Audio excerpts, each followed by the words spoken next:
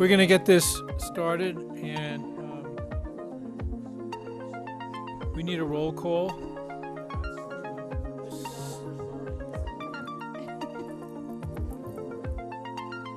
Lock it up. Thank you. Marky is tied up with hospice matters and has asked me to chair today's meeting. So we'll start off with a roll call.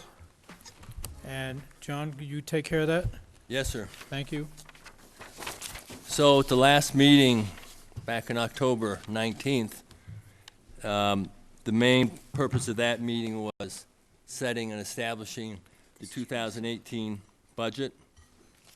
And the EOTC did pass, so we broke that up into two different areas, the 2018 base budget and then the 2019 new request. And the base budget was approved, and that includes the use tax collection costs, administrative costs, the country and taxi program, the X Games subsidy, the maintenance of the Brush Creek intercept lot, and the no fare service between Snowmass and Aspen. The new request were kind of split up in two different areas. One were the operational requests, and then the project requests. And all the operational requests were approved, and that included the WeCycle operational support for 2 years at $100,000 a year. The Brush Creek BRT connecting service for 2 years, starting at $294,000, 50% of that to come from the Snowmass savings account. And then the funding for, on an ongoing basis, for the regional transportation planner at $160,000. And then there were several project requests for the budget. One which was previously approved in June or July, I can't remember, was the battery electric bus program at $500,000. The Snowmass Mall Transit Station, some planning for that at $50,000. And the variable message sign on Highway 82 for $50,000. The one project that was not approved was the needs analysis for the Buttermilk pedestrian crossing at $80,000. But at the end of the last meeting, that staff got direction to bring that back to this meeting, so it is on the agenda for today. There were several other updates on the Grand Avenue Bridge, meeting dates, and we set the next meeting for February, and then that got snowed out. And I appreciate everybody's patience and working with us to reset the schedule for today, and obviously a very different day today than last time. So that was it, Mr. Chairman. Thank you. We'll open the floor now for public comment. Is there anyone who would like to make a comment today? This speaker here? Yes. Okay. Yep. Just introduce yourself, please, Tony. Okay, thank you, sir. For the record, my name is Tony Kronberg, and it's my understanding that Brian Pettit is going to speak with the EOTC today about the Smith Hill Road intersection, and I believe that is to happen right after public comment. That is true. Okay, and there are some people in the audience, including myself, who would like to hear what Brian has to say and make a comment. So we just wanted to square it away with the chair that you're expecting public comment after Brian gets done speaking about the Smith Hill Road intersection. Well, I hadn't been expecting public comment because okay. we hadn't really been expecting to speak about the intersection, although it was brought up at our council meeting Monday to be put on the agenda. So we can take some comment after that. Okay, thank you so much. I You're appreciate welcome. that. So anyone else? Seeing none, Brian, I guess you've got the spotlight. Great. Thank you very much. Brian Pettit, I'm the Public Works Director for the county. And my update will be short. As you know and have read in the paper, there was a tragic accident at Smith Way. It's not the first one we've had at this intersection, and I've been in close conversation with CDOT officials over it over the last couple weeks. some of the things we're battling with, they had some ransomware placed on their computers almost 2.5 weeks ago, and they are still dealing with this problem. And so some of the data that we needed was just not available. And so even this week, they were still trying to get out from underneath that virus that seems to be mutating at some level. But regardless of that, with regard to Smithway, I will meet with those CDOT officials tomorrow. We'll look at the intersection and see what safety improvements can be done. The one for sure that needs to be done as soon as possible is there is a temporary stop sign at that location that needs to be upgraded to the standard sign, and the previous sign that was hit there also had a flashing red light on it. That needs to be reinstalled as just as soon as possible. So that's something we'll talk about. But beyond that, we'll just talk about what the options are and go from there. Anything that's done at that intersection will be run by you as elected officials before it's completed, other than that stop sign replacement, which needs to be done as soon as possible.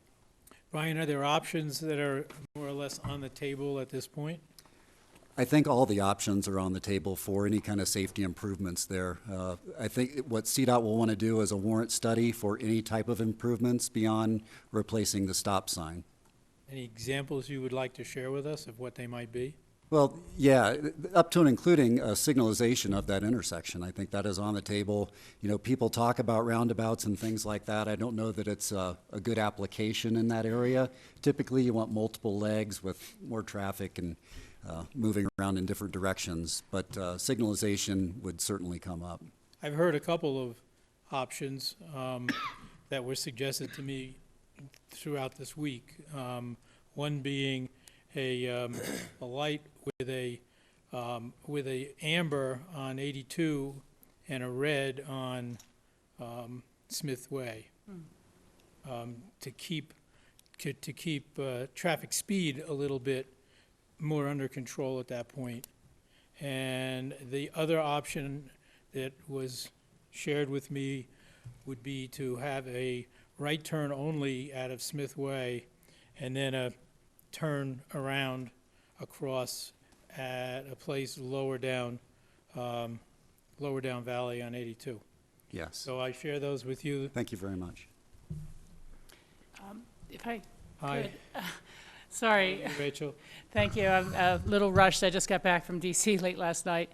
But I had gotten an email from someone today who also suggested the potential of one of those stoplights with the flashing red around it, so it's a little more prominent at that intersection. And their email was saying that they didn't think a signalized intersection would be a good idea. I'm willing to look at whatever CDOT and all come up with, but often you end up with bigger T-bone accidents when people try to run a red light going 55, 65 on 82, and someone's crossing. So you could almost get into more trouble that way, but we'll look at everything. Yes. I had an opportunity to ask a woman from Michigan who was at the conference I was just at about the Michigan left turn, which is the doing the right turn and then swinging back around. And she said it works really well in Michigan. They also have roundabouts in Michigan. They use both, and she grew up with it, never had any problem with it. So I think it would be worth looking at that as, you know, look at all the options there are and then narrow it down. Also, I think people tend to leave the Brush Creek light, like that's the beginning of the NASCAR race course to Glenwood. And they accelerate out of there way faster. They get going 10 miles an hour over the speed limit by the time they hit Smith Hill. And I think the traffic, somebody could easily misjudge how fast the traffic is coming down the valley there. And so perhaps some speed control from between Brush Creek intersection and Smith Hill Road, just keep it a lower speed limit and enforce it some would probably help out on the situation. Thanks, Steve. Anybody else? So, speaking of the speed control as well, where you're coming through the Glenwood canyon and you get to that one turn, it tells you how fast you're going. Number one, maybe drop the speed limit to 45 between the intersection and past until at least Smith Road. And then maybe have, we already have a digital sign that's there. I don't know how often it can be worked or operated. Right before you get to the Smith intersection, maybe they should have a radar right there telling you how fast you should, that you're going. Just, I know there's a lot of cars coming by, but if you see that flashing sign, maybe they're just going to remind people, slow it down to 45. And 45 probably isn't going to stop a T-bone anyway. So we need to solve the problem of coming uphill, and you're coming up from Woody Creek, and, you know, if it's a slippery road or whatever the circumstances are, we have to solve the problem. Maybe the variable speed coming from the NASTAR start point, and also that what you want to call the Michigan left-hand turn. Both of those sound great to me. Thank you. Anybody? Sure, I have an Brian? extra one. Thank you. Thank you very much. Tony, you have a comment you want to make? I do. I think Lanny would go first, please. Tony's manager. Okay. Running the meeting, you were telling me. I know. It's okay.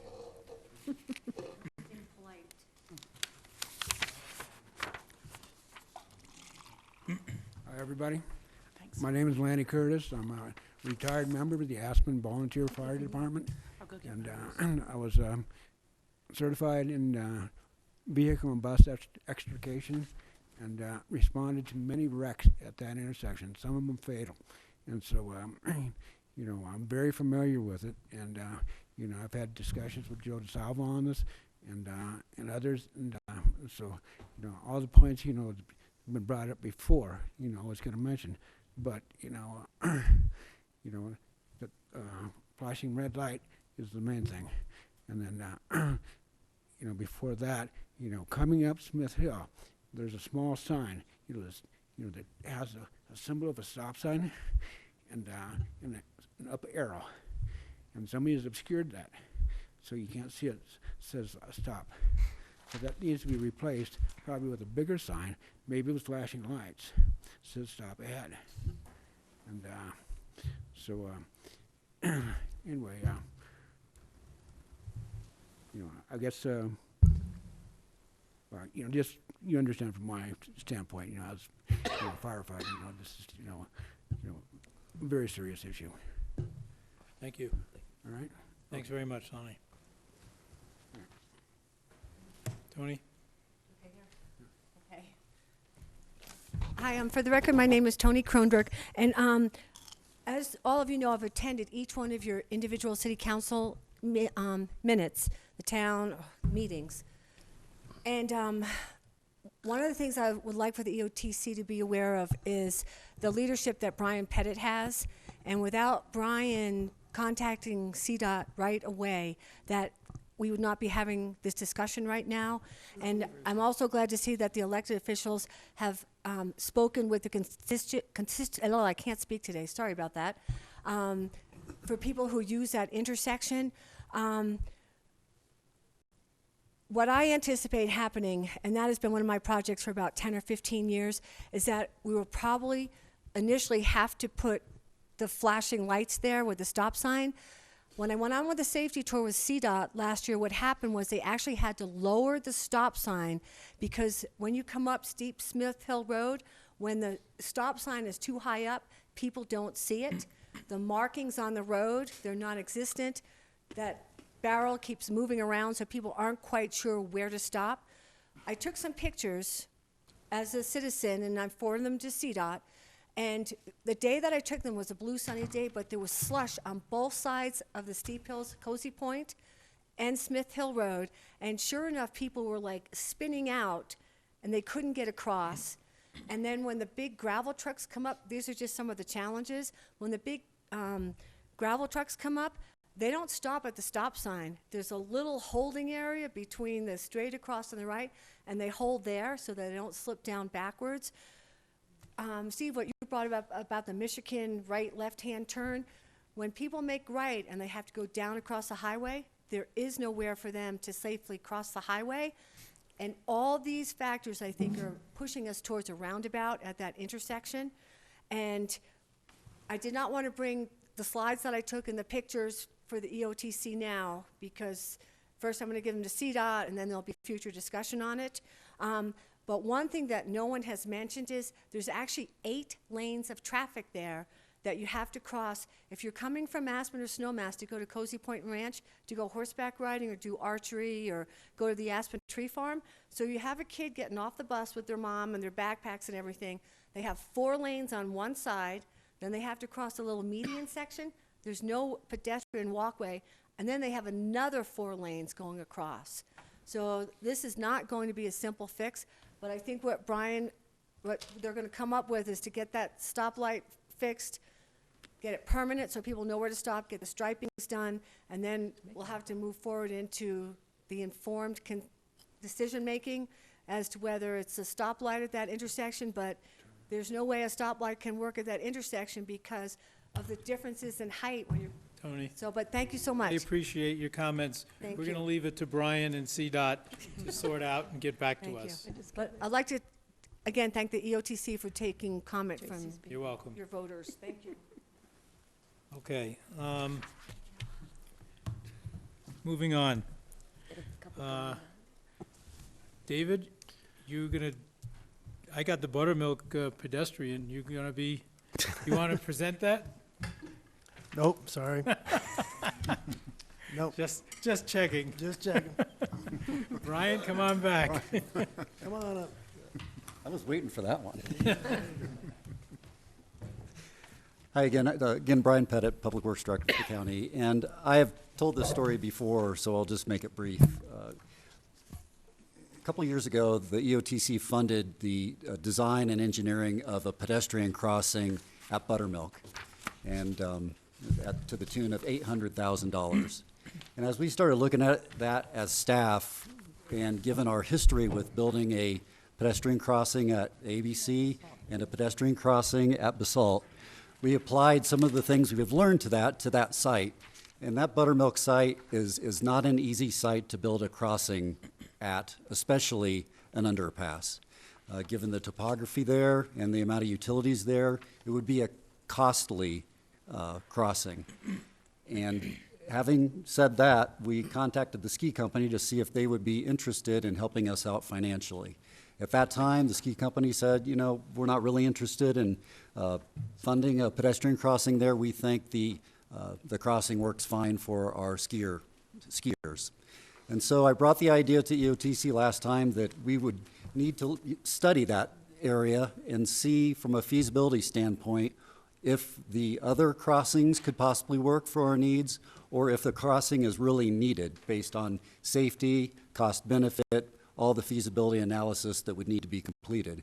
At that EOTC meeting, we didn't get the $80,000 funding that we needed.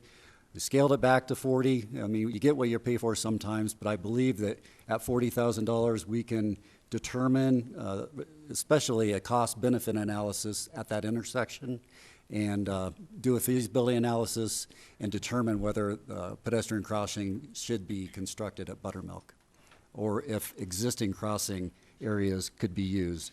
So it would be looking at that area in totality, not just Buttermilk.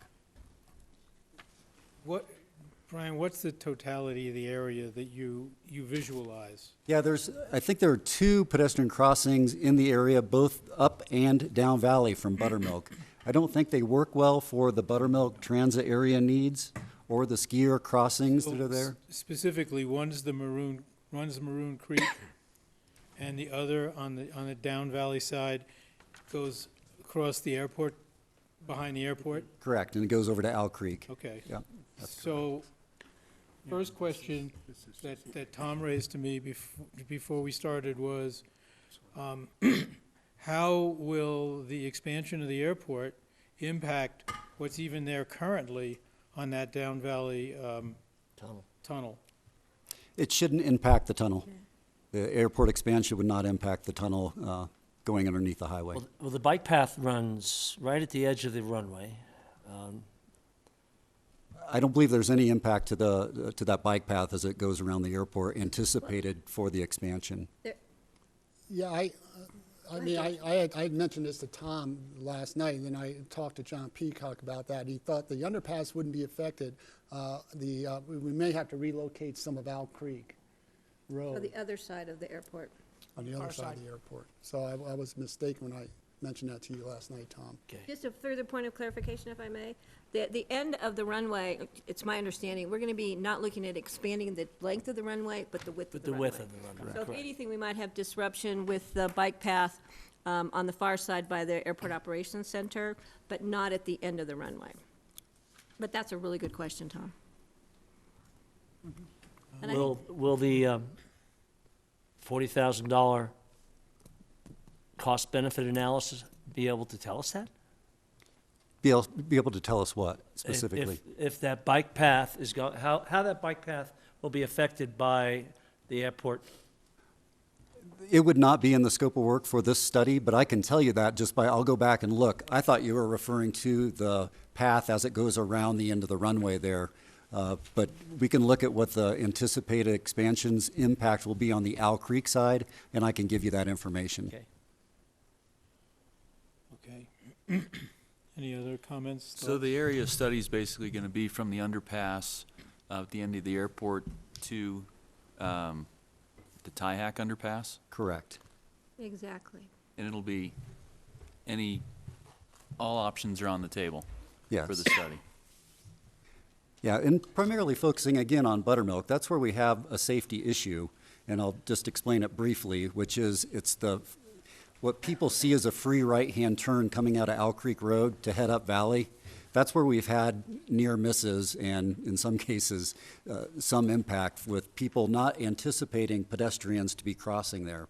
So they're looking left, they're looking for traffic coming, and they swing a right turn to head up Valley, and there's pedestrians in their path. That's the safety issue that I've seen.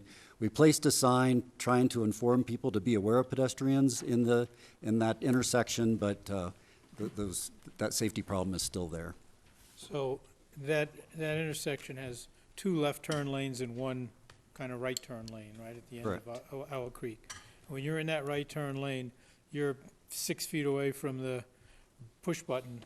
Yeah. And you're 6 feet away from the pedestrian who's there. So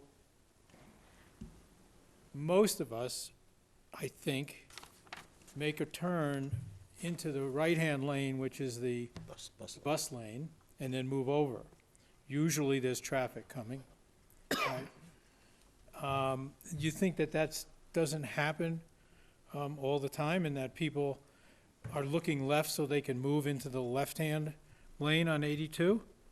I don't think people are aware that there are pedestrians trying to cross the road there when they make a right-hand turn. Whether they're looking down Valley or up Valley, they're just not anticipating people to be crossing there. Okay, they're almost sitting on your car. Okay. Yes, Greg.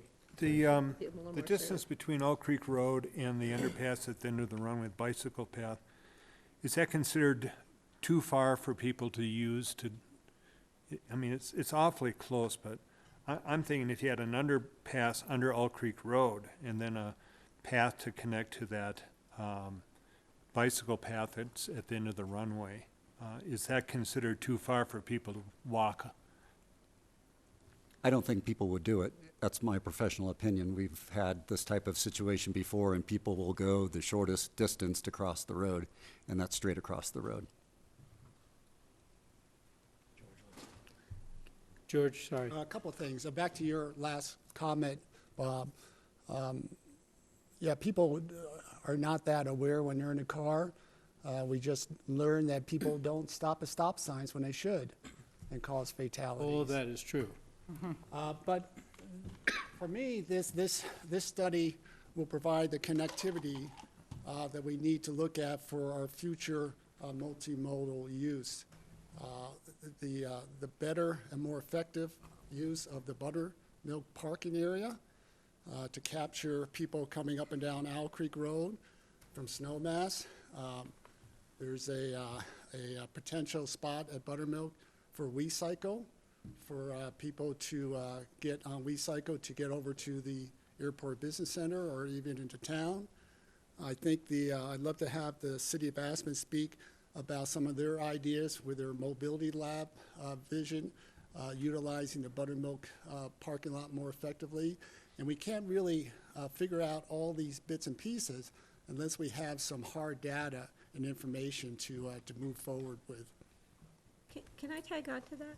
Yes, sure, Patty. You know, you talk about people being so close that they're almost on the hoods of the cars. I was in that situation, crossing at that signal. I literally had my hand on the hood of the car, trying to figure out how I was going to jump onto the hood of the car. And I'm not real tall. That would have been quite a feat. My daughter was across the street witnessing this whole thing, thinking that I was going to get run over. And it was because somebody was paying attention down valley and not even looking. This will not solve the problem of the intersection itself. People will still need to wait across there because the bus stop is right across the street on either side. But it will allow for multimodal transportation opportunities from Buttermilk down valley, from down valley up valley. Because if you are looking at, I've been looking at this for quite a while, a bike path or a path, pedestrian path connection on the Buttermilk side to the Maroon Creek underpass, that provides you access to, you know, the other side of the golf course over Yeah, there. right. But it also provides you access over to Tyhack, to Highlands area and across the bridge. So it's a perfect opportunity, whether it be at the Owl Creek underpass or the existing Maroon Creek. But those are issues we've been talking about at the Board of County Commissioners for some time. We just need to evaluate that and to tie it in with the city's efforts to get people out of their cars from coming into the downtown core, but just providing a safe access for, there's a lot of biker use through there, so they don't have to cross at the intersection. So I am really supportive of trying to get this data through. We've cut the budget in half to take a look at those opportunities, because I don't want to wait till I'm jumping over the hood of the car the next time. I'd really like to see some solution before that. Okay, thank you. Anybody else? Just briefly, I see this as another step towards making the transit work. You know, we've all got so much invested in transit, but when people don't feel safe using it, they won't. And particularly if they're just putting their younger, you know, adolescents on the bus and saying it's safe. If they don't feel it's safe, they won't do that. It'll drop them off themselves. You know, I think we could all look back and say, why did they put that underpass where they did closer for the Owl Creek Trail? Well, you know, but there was no bus rapid transit at that point in time. There was no developed big stops like there are now. You know, I don't know, and it was a mistake of our predecessors. You know, I just don't think it works for Highway 82 crossing. It works for bicyclers, and that's great for them. But so I'm hesitant to even think about the issues regarding putting underpass all the way across there. But, you know, when you start to calculate the value and the cost of a human life or a tragedy at that intersection, and it's all of our residents as much as it's our guests. It's our residents who go through there all the time. So I'd like to look at this, and then the other thing I would just add is Patty made really good comments about being able to connect the bikes off and getting over to the other trail on the other side through, you know, maybe there's a room for some add-on work with our open space and trails, looking at the true, quote, trail elements of it. And I don't know if, you know, that would be for the bicyclers or pedestrians trying to walk, but not for connecting with RAFTA, obviously. That's not a open space and trails issue. But the other aspect of that is that over time, we're just going to see more and more traffic, more and more people, and more issues. So it's just going to get more and more difficult to deal with. So I just think it's good to move forward. And if there's a possibility to look at, if there was no underpass, how would you make that intersection safer is the other alternative. I mean, we've just finished talking about flashing lights Right. and things like that at Smith Hill. Maybe there's far more needed at that intersection that would be of assistance for safety if there's not a true underpass ever built. Steve, comment? George or Rachel, Patty, the scope of the study, again, you envision being what? Both location Actually, Brian's probably the or best. brand? Yeah, Brian, can you answer that better? Define the scope of the study. The $40,000 invested in a study would look at exactly what? Well, again, I think the area, but really focused on Buttermilk because that's primarily where people are trying to cross. Define the area. It's the From the bus Tyhack crossing down to the Owl Creek, for lack of a better word, crossing down by the airport. The bike path The one that goes to underneath. Harmony Road. There are Yeah. currently 2 tunnels. What is tie hack? Is that the, It's it's a, over there? This one. Maroon Creek Club, It's the Maroon Creek Club. Okay, so the that's called tie underpass hack? to the Maroon Creek Club. Well, it's It's how the- you get up to That's how you get Kayak to if Tie you're Hack. going to It's that. It's called tie hack road? Is I that- think it Correct. is. That's what you're referring to. correct. Okay. Brian, this study's gonna include a cost-benefit analysis, so we won't, in theory, we won't get into the electric train issue again? I probably won't get into the electric train Okay, issue that would on be, this one. that would be helpful. And, and, secondly, you know, Patty brought up an interesting point. Why was the, underpass? No, Rachel for- brought that up. Oh, Rachel, I'm sorry. No, don't blame Why her was on the that. underpass for the bike path built where it was built? And I don't know if that, was that open space, or Ralph, you're raising your hand, was I've that? heard references to Leslie Lamont being on the board at the time when the was that decision was made, but RAFTA? that's all I know. Well, I would have been there, so I don't remember.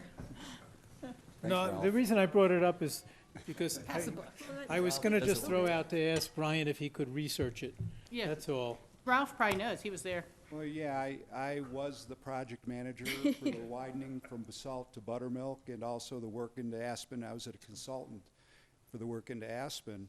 There was a very popular bike trail coming down Owl Creek Road, and there was a runway in the way. So the bike trail was realigned as part of the Owl Creek Road alignment, and at the time, the community asked for a safe undercrossing. Well, and that's sure, what and it undercrossing is a safe undercrossing, but Mm-hmm. it could have been 100 yards down the road, and it still would have been a safe undercrossing, and we wouldn't be here.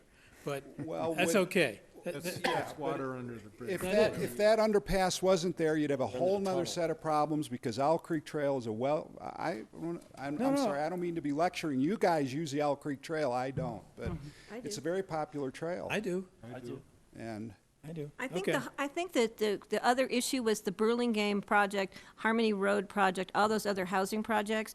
And if I walk that trail a lot, and there's the new single track, but there also, it's connectivity from the ABC connects there, Harmony Road connects there, and the upper rail, or the bike path to the city connects there. So it seemed like a good place to tie those 3 bike trail connections in. So I think Got it. that's had a lot to do with the And placement. Patty, you had made another comment that I'd like to address.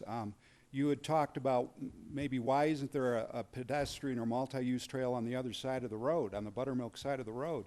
CDOT proposed that, and the Pickens County Commissioners would not accept that. Well, we've changed our board makeup, so we're changing our mind. It could have been bought and paid for as part of the Highway 82 widening job, but it was turned down. That's what happens with board changes Happens when you over have time. females on the board, we can change our mind at any time. Yes, It seems both the last 2 discussions we've had, Smithway Road and this, that if people obeyed traffic and drive carefully and safely, we wouldn't have this issue. The fact remains they don't, so we have to mitigate for their behaviors. okay. Anybody else? I'll just bring up the same point that I brought up at the last meeting, and I think that, I really like the tie hack intersection. I'd like to see if that's, feasible at Buttermilk as well. Thanks, Bill. Yep. Okay, so let's, if I don't hear any, I would make any a- more questions, do I hear a Just on motion? Bill's point, a bridge to go under and like an underpass to get a right turn from All Creek to, in towards Aspen, is that what you're thinking, or? Yeah, ideally, if we could eliminate the stoplight and provide safe crossing, seems to make a lot of sense. So we mitigate traffic instead of pedestrians. We have a better traffic intersection instead of doing an underpass. You're talking about overhead traffic lanes? Well, right, the 82 would be, you'd have to, if the utilities are seriously an issue, then you'd have to elevate, send the traffic over the top, but you could have pedestrians and cars on the underpass. Brian, this gets back to my question. Are suggestions like this one included in the scope of a study that $40,000 invested would deliver? This would exceed the scope that I had in my mind. I was really looking at pedestrian crossing alone, but maybe we can expand it a little bit to look at cars as well. But I was really focusing on the pedestrians crossing the road. Underpass. Just want Yeah. clarity. Well, if anything, it may then show us the light as to other issues we may need to be thinking about in the future. This gives us some preliminary data and information, and then we can bring it back and see where we want to go. Okay, Nope, Steve? Thank you. Bert, you're next. I probably cross Highway 82 more than any of the rest of you going from one raft stop to the other various locations. And sometimes I have parked at the Buttermilk parking lot, use that as the intercept parking lot, and then right into town. Then when you come back out of town on the rafta, then you're crossing the highway. So if we get more people using the Buttermilk parking lot for parking to ride into town, there's going to be a whole lot more people walking across the highway or through whatever up structure their car we at the end of the day. choose to build there to get back over where their cars are. So just wanted to point that out, that the more successful we are with getting people out of their cars, then that makes it more important to solve this intersection. Good Also, point. I've been looking in quite a few different cities at pedestrian overpasses. There's lots of really nice looking, attractive and usable designs out there that I've crossed, and I make a point of going over them, even if I don't need to go over them, just to see what they're like. So if we end up with a pedestrian overpass, we could make it look really nice and something we could be proud of. Thank you. Another thing, we just did a tour of Base Village, and when that gets built out, I think it's going to generate a lot of traffic down All Creek. In the intersection you're talking about, Bill, to multi-level elevation intersection there, to turn right off of All Creek into Aspen is going to become more, a lot more congested when Base Village gets built out. Okay. Yeah, Rachel, and- sorry. I'll agree with that comment. I just came up Owl Creek Road, and it's definitely the shortcut into Aspen. And so you're going to see a lot more traffic on that.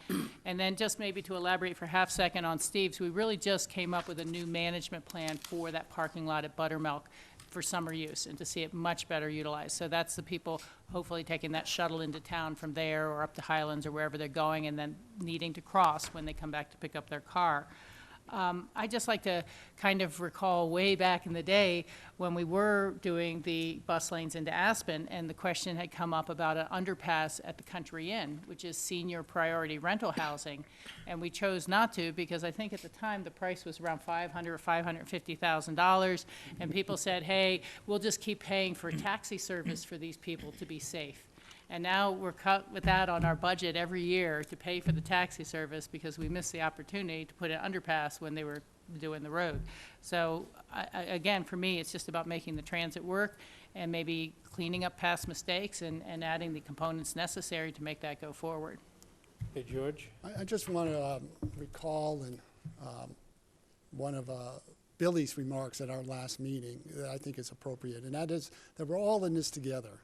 And our function as the EOTC is to address safety issues and make transit better for everybody. So whether it's this project or the next thing on the agenda in terms of utilizing the intercept lot for a special event, we're all in this together. And I think that's how we should be looking at this and looking at the long term. So I think Bert's had a question. Then I go Bert, with Bert. yeah, I'm sorry. You got lost in this. I'm used to that. I just wanted to say I support the Maroon Creek vehicle underpass concept. I think that something we should at least look at. Less lights there are, probably more. Billy's suggestion. Safety. So this may be a question for Brian. So, and I don't know how far the cost analysis will go with possible and potential Buttermilk parking lot being the main heart of people coming and going into Aspen to reduce the vehicle traffic, that we need to look at the easements, that's private property, that'll take us on that side of the road to the Tyack side if people were going to get on a wee bike or e-bike, whatever bikes we're going to be putting out there potentially, or just any bicycle. For instance, if I ride my bike up to Maroon Bells from Snowmass Village, I always have a big question in my mind. Do I go under the tunnel and go that way, or should I take my chances and go on the highway? I always have to look at the traffic. And the quickest way for me to go is to go on the bus lane and bang a right to Tyack and over the bridge. as opposed to going all the way into town, across the tunnel, and up that way. So I would prefer, as I ride my own road bike, to take the highway for that short quarter mile, whatever it is, and go up the Tyack Road because it's a nice climb and so on. So in the cost analysis, I would like to see, I mean, I don't think it's that difficult to see what easements are involved through that private property. Yeah, that's part of the look. That's part of it. Can I ask Yeah, go ahead. so are we, it sounds like the $40,000 has been spent about 20 minutes ago. So, are we at $40,000 and that's what we want to spend and we're trying to cram as much into that? Or are we trying to say, hey, listen, if we are going to study this, and we should study it once, we kind of need to have all rational, staff-supported ideas on the table, and that's what it costs, and that's what we should do.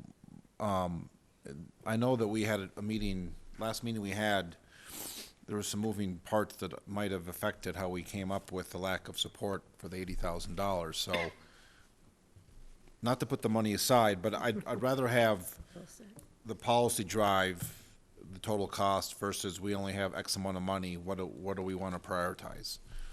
So, and I'm not sure if that money goes up or down, but all of a sudden I'm hearing a lot of different things, and my view is everything sounds good, but we might as well study it once, because I'd hate to have the $40,000 report come back and say, someone asks a question and say, oh, we didn't study that. We would have if we had more money. Yeah. Yes.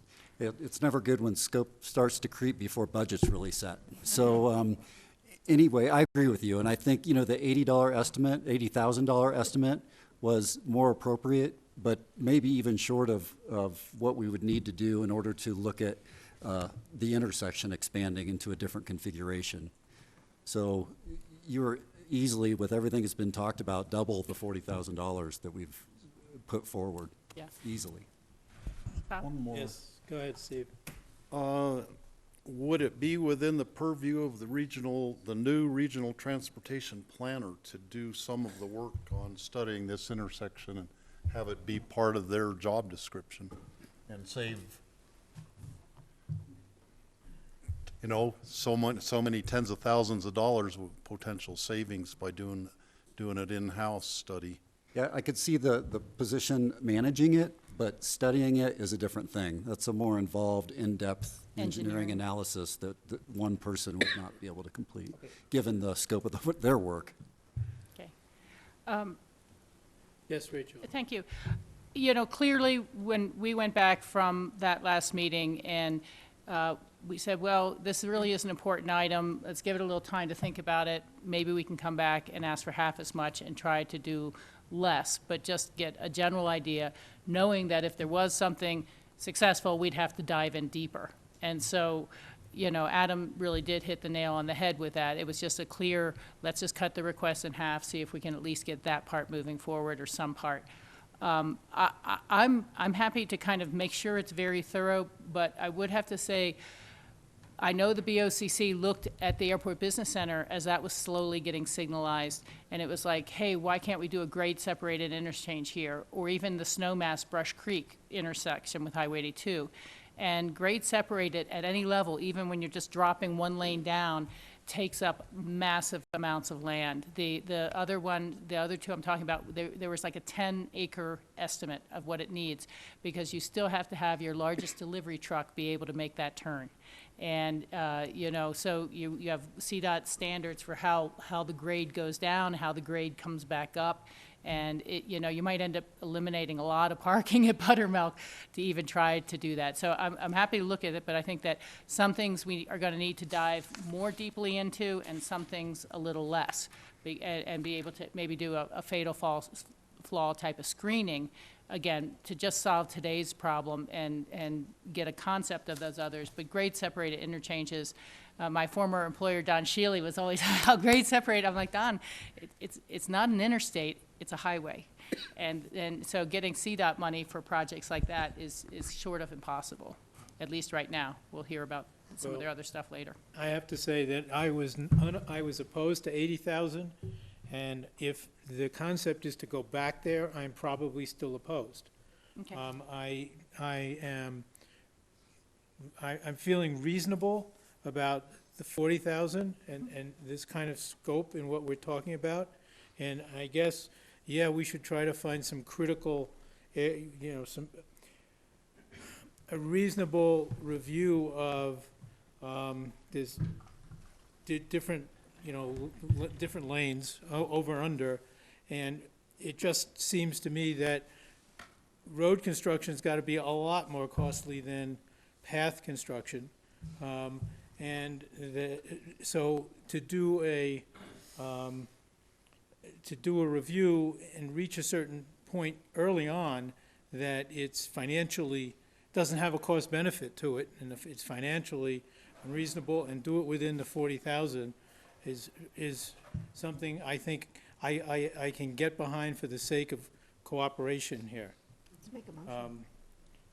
But that's kind of where, I that's kind of where I land on this. That's why I was suggesting maybe we could bring some open space and trails money in to look at the connection to Tyack. That would be more for bikers or pedestrian, that'd be appropriate. Yeah, we can't really guarantee that at all. No, we can't guarantee that, So, but we could. but I respect those comments, Bob, and I think, the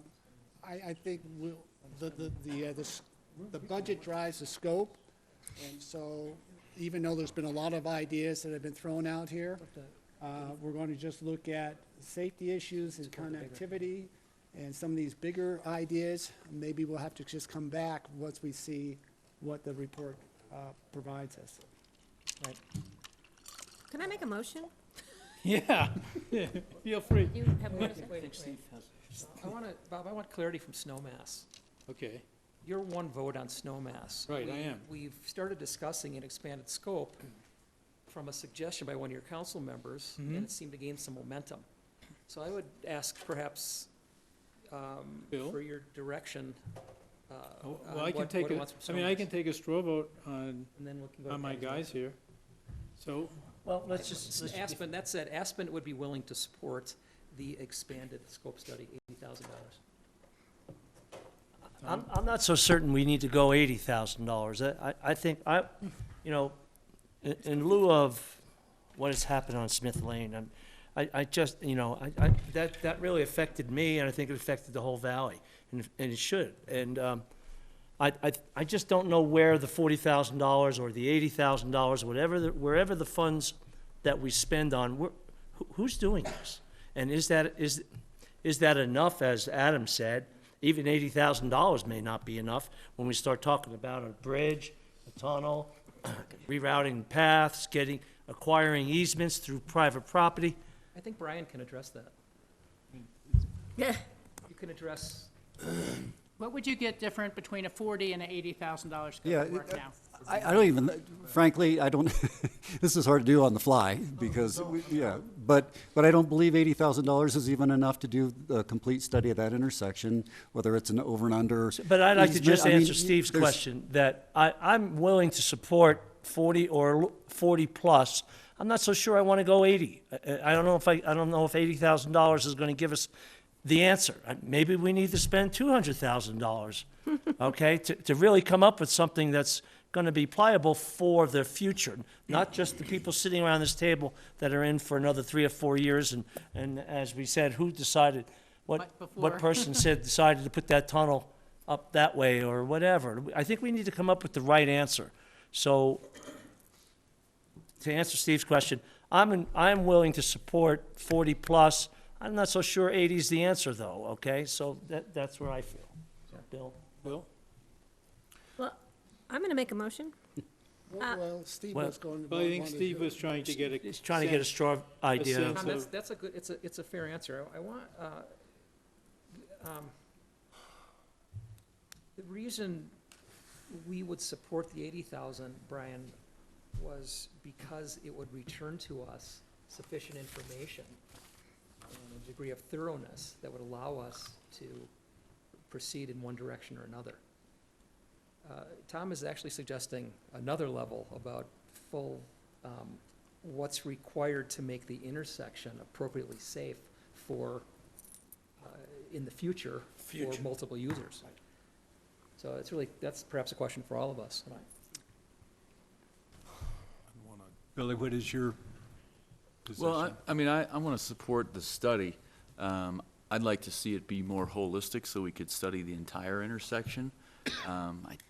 You know, it's difficult to do it piecemeal, but, I mean, if we want to use Buttermilk as a park and ride during the summer months, and we want to put WeCycle there, you get on a WeCycle in Buttermilk right now, where are you going to go? You know, you're going to, I mean, you have to ride down the highway basically before you can get on the bike path. So, you know, I think that's a challenge. So, but I think to start with, we got to figure out how we get pedestrians across there. And so I would support the $40,000 study. And I think we need to take it further than that to try and improve the intersection as a whole. I'm against half studies on anything. And so I'm not sure how time sensitive this is, but if the three of you want to, you know, and to me, the cost is about breadth, right, and depth. And I'm not sure how, it sounds like there's interest at some level to go fairly wide. I have no idea how deep we need to go before we come back and say the study is a success. Not about the answer, but that we can actually have a thoughtful conversation to kind of go to the next step if we need to. So if you need more time to think about that, all three of you and whomever else, I'm happy to wait a little bit, not to just punt it, but I don't want to, I feel like we're kind of horse trading within and dealing and putting some pressure on you that I don't think is fair from a professional standpoint. So my view is that I want to do a study. If it has to be in a couple parts, that's one thing, but I don't want a half study just because there's a cap that people have in their mind from a financial situation, so. I think our duty is. I would actually agree with Adam. I mean, I think that, Brian, I think what you proposed, you know, when we started this conversation was one thing. I think at $40,000, for me, it was reasonable. It's gone a lot broader as we've been talking here, and even your comments about is it now 80 or is it now more or is it now less? It needs to be tied up a little bit better, and it's unfair to ask you to try to do that in this kind of situation. So I personally would be willing to delay this, come back again to our next meeting on this.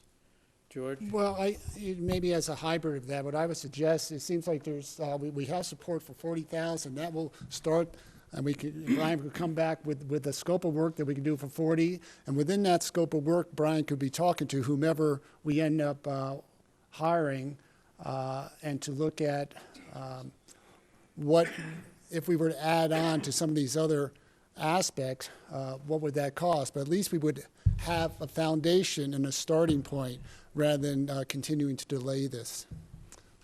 Yeah. I probably could live with that, yeah. Yeah. If it was, you know, Adam, how do you feel about that?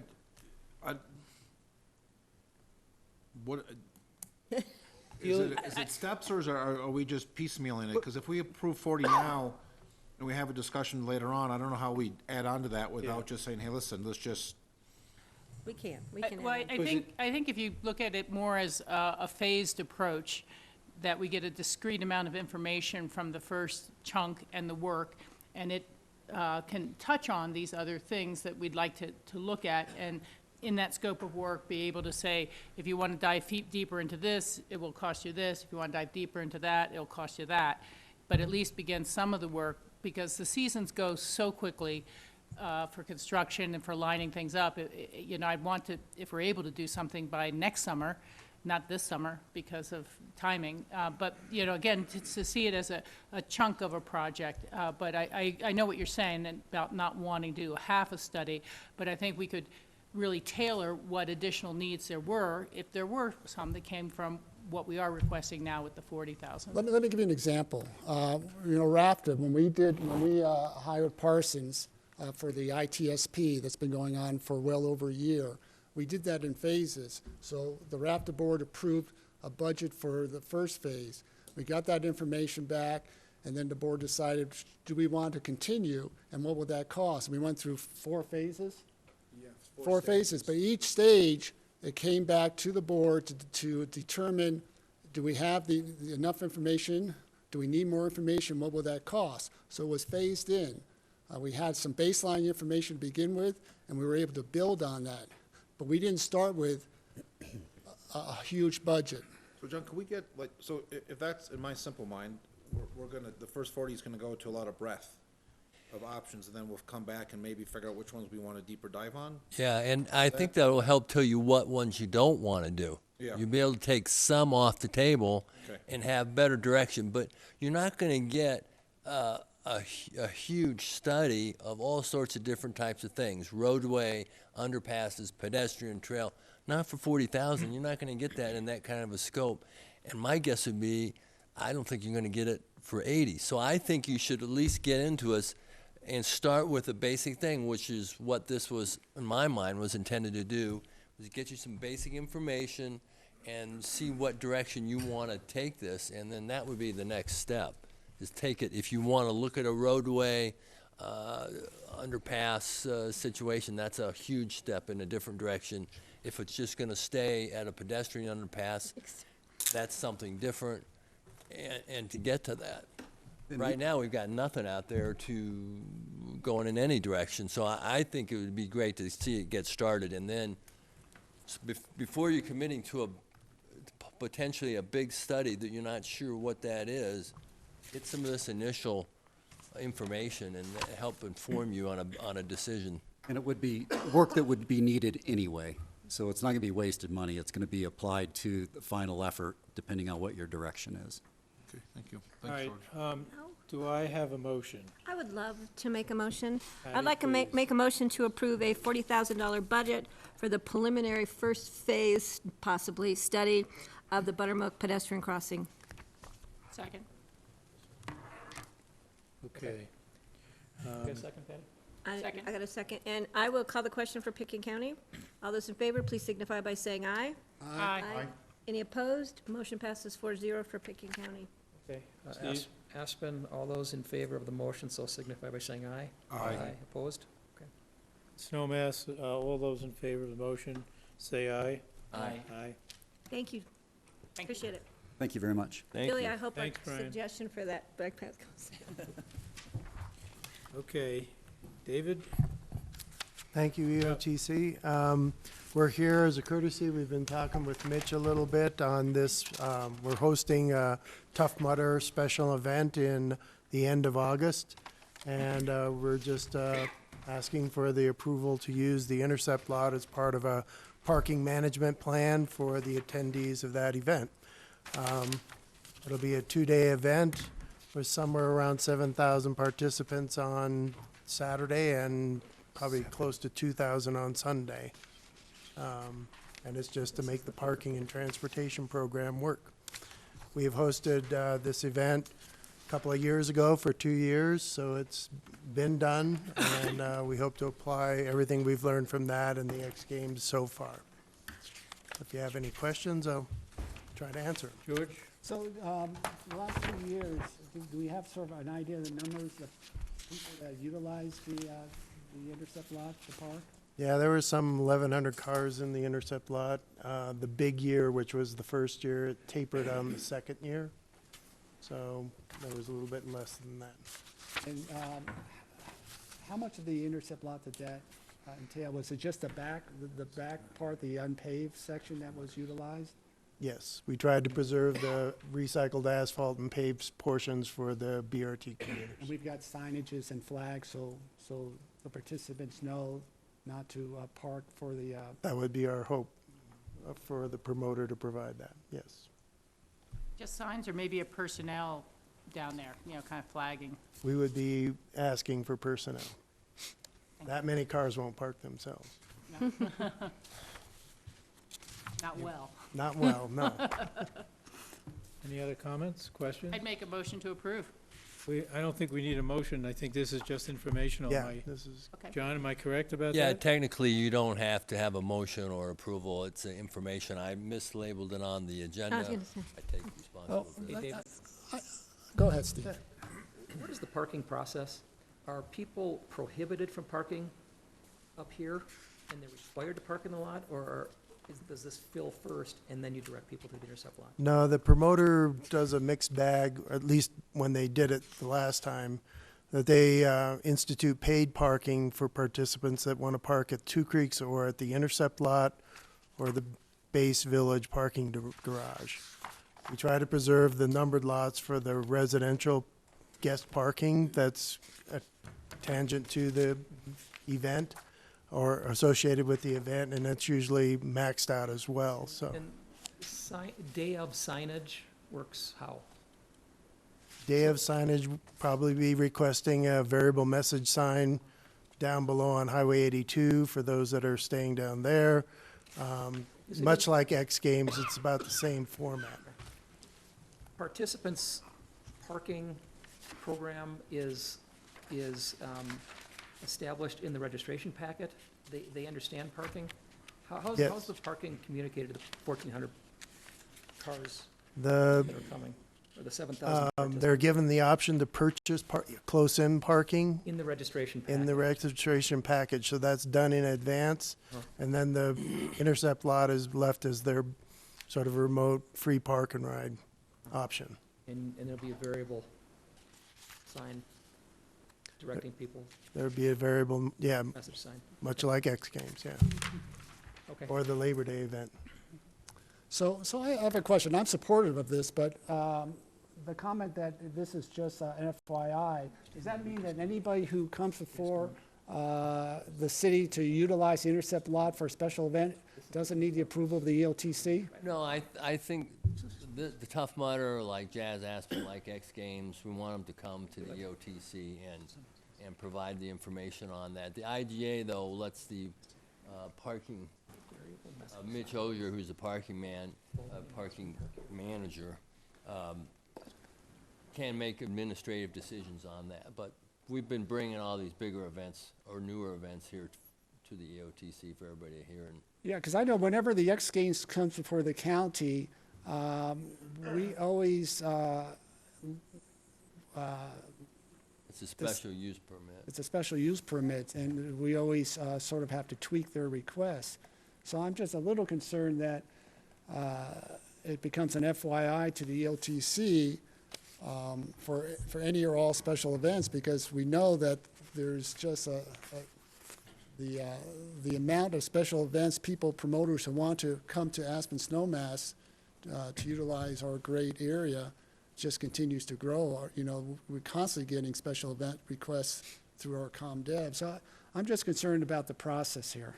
Yeah, I think the IGA, the intent was that any smaller type events or just smaller uses of that that could be decided on administrative, but bigger ones would come back to the EOTC. And if you all want to weigh in on that, that's your prerogative.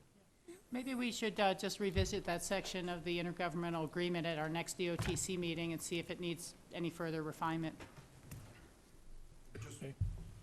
Any other Just remember, questions? something to think about is that because you guys only meet 4 times a year. quarterly, I get phone calls all the time, so we have to come up with a process of how to communicate that, because I may get a call for something for next week, Right. and so we just have to come up with a process of how to communicate, Yeah. so you guys are in the know. Yeah, that's my concern, because, you're getting requests, we're getting requests, and some of these events are quite large. And that's, Yeah. it's a so discussion we should have. We should Well, just look at yeah, the next meeting. Can put it on the agenda for next meeting. I have a question. Steve, sorry. I'm okay with the Tough Mudder using the parking lot, but I always wondered, I've had to clean a school bus after a football team had been there on a kind of a wet, muddy day, and it took a long time to clean one bus. And I'm just curious about the use of the different buses, some of them being RAFTA buses and some Snowmass Village buses. And then people going out and doing this commando type of course where they're getting muddy. How much of that mud makes it onto the buses, and what is the cost of the different entities for cleaning the buses after the event's over? Well, surprisingly, they do have a clean-off station at the end of the event. Most people choose to take advantage of that. Surprisingly, in our experience, the impact was pretty minimal, although we did throw some butcher paper on the cloth seats and that sort of thing. But It wasn't as big an impact as you might expect it to be. So Steve, are you volunteering to clean the buses after the event? No. All right. Okay. Thank you, David. Thank you. Appreciate that. Next up is Dan Blankenship on the Integrated Transportation System Plan.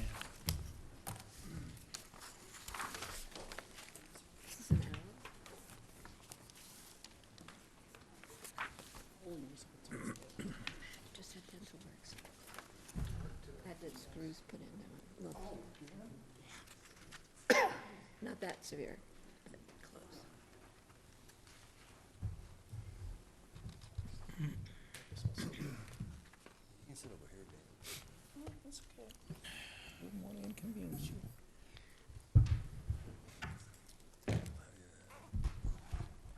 Good afternoon. I think we're getting the PowerPoint up and running. I think some introductions might be in order here. I think everybody knows I'm Dan Blankenship, CEO of RAFTA. This is Ralph Trapani from Parsons. This is Bill Ray from Bill Ray and Associates. Is that close? Who's been helping us do some of our public outreach on our integrated transportation system plan, and he's here to give you a little bit of an overview of some of the polling information that we received about a month or so ago, and it's been presented to the RAFTA board, and there may have been some information about it in the newspaper, but we wanted to take this opportunity to share it with you. And also would like to introduce Kurt Ravenschlag, who's in the back row back here, who is RAFTA's new chief operating officer. He came to us from Transfort in Fort Collins. That's an urban system that has a BRT system, the MAX system. It's about an $80 million system that he helped develop. And they operate fixed route services around town and a commuter service between Fort Collins and Boulder. So he has a lot of background and experience that is similar to RAFTA's, and we're really excited to have him on board. And you'll probably see him up here at a few of these meetings in the future without me. But he also has a background in planning, a master's in urban planning, and that's kind of where he started in the transit business. So I think he's a tremendous asset for not only RAFTA, but for the region. Without further ado, I think, Ralph, I don't know if you wanted to say anything. No, or if thank you, Dan. I think we ought to let Bill go for it. Okay. Well, great. Let me come out from behind this computer screen. Good afternoon, elected officials. My name is Bill Ray. I am a public affairs consultant here in Colorado, working with Parsons and RAFTA to help them with this, with the ITSP and preparing for public outreach, helping the board and the staff with the public affairs parts of this effort. So I was asked to come tonight and share with you some results from a public opinion survey we did in January. We worked hands-on with a polling firm here in Colorado called Vital and Associates. They fielded the poll for us. We worked very hands-on with them. So I'm going to go through some slides with you. Please feel free to ask me questions. If we can't answer them today, we'll follow up with you and get you any information that you need. So we conducted the survey over January 20th through the 22nd, 300 likely voters. These represented only voters in RAFTA jurisdiction areas, so not in unincorporated Garfield County. So you have to be able to vote in RAFTA to be able to take this survey. We're going to get right to it and not make you find out what the top lines were from this survey. So here's what we really learned and we pulled out of this survey. Strong evidence shows a favorable political environment in the questions we asked. People were very supportive of the direction of the region. They recognize that traffic congestion is a serious concern. They have a perceived value for their regional and local taxes, not necessarily their state and federal taxes, but the taxes they pay at the local level, believe go to good use. And RAFTA had a very high grade among our survey respondents. People volunteer to us that the concerns about the environment and their support of an outdoor lifestyle is very top of the mind for them on transportation issues and very much drives their thinking on transportation issues. Familiarity with this, with RAFTA, our possible ballot question, the ITSP program is pretty low, showing that the electorate has a lot to learn. We asked about mill levy support in 2 different versions, a 5 mil version, a 3 mil version, so we could gauge kind of where price sensitivity was for voters on a possible property tax increase. In our first ask, we were just short of majority support, which, you know, you would want to have as much support as possible, but throughout the poll, that support does increase throughout. However, we did find some price sensitivity. I mean, it's people's property taxes. They are going to be concerned about that impact. The support was strongest up the valley in Pitkin County and Eagle County, very strong in Carbondale.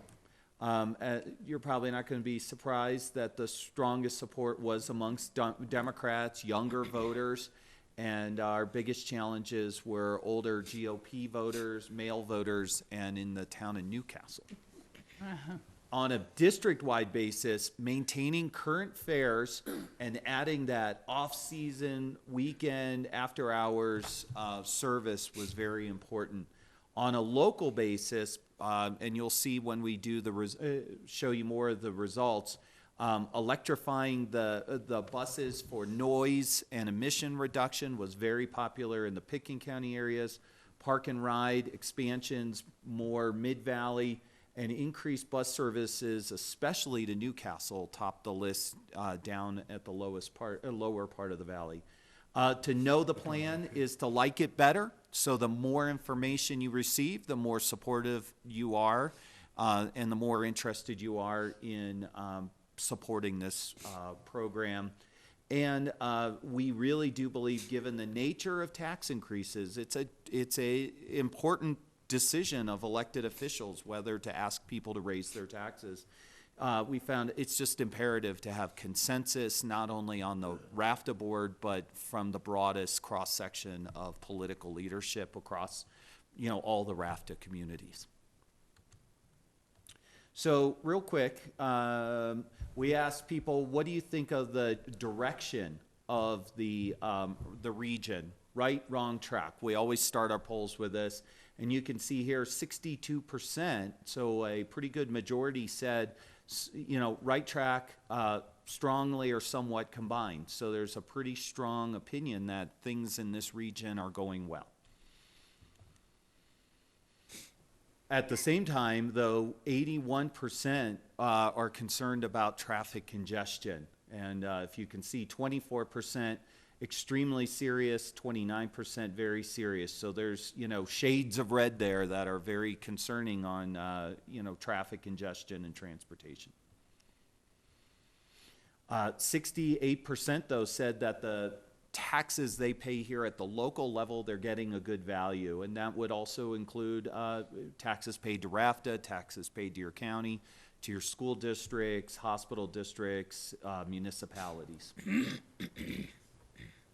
RAFTA gets a very good grade. 43% gave it an A, 36% gave it a B. This echoes actually a smaller survey that we did in the late summer in preparation for the RAFTA board retreat that also showed a very similar track on RAFTA's performance, RAFTA's public perception.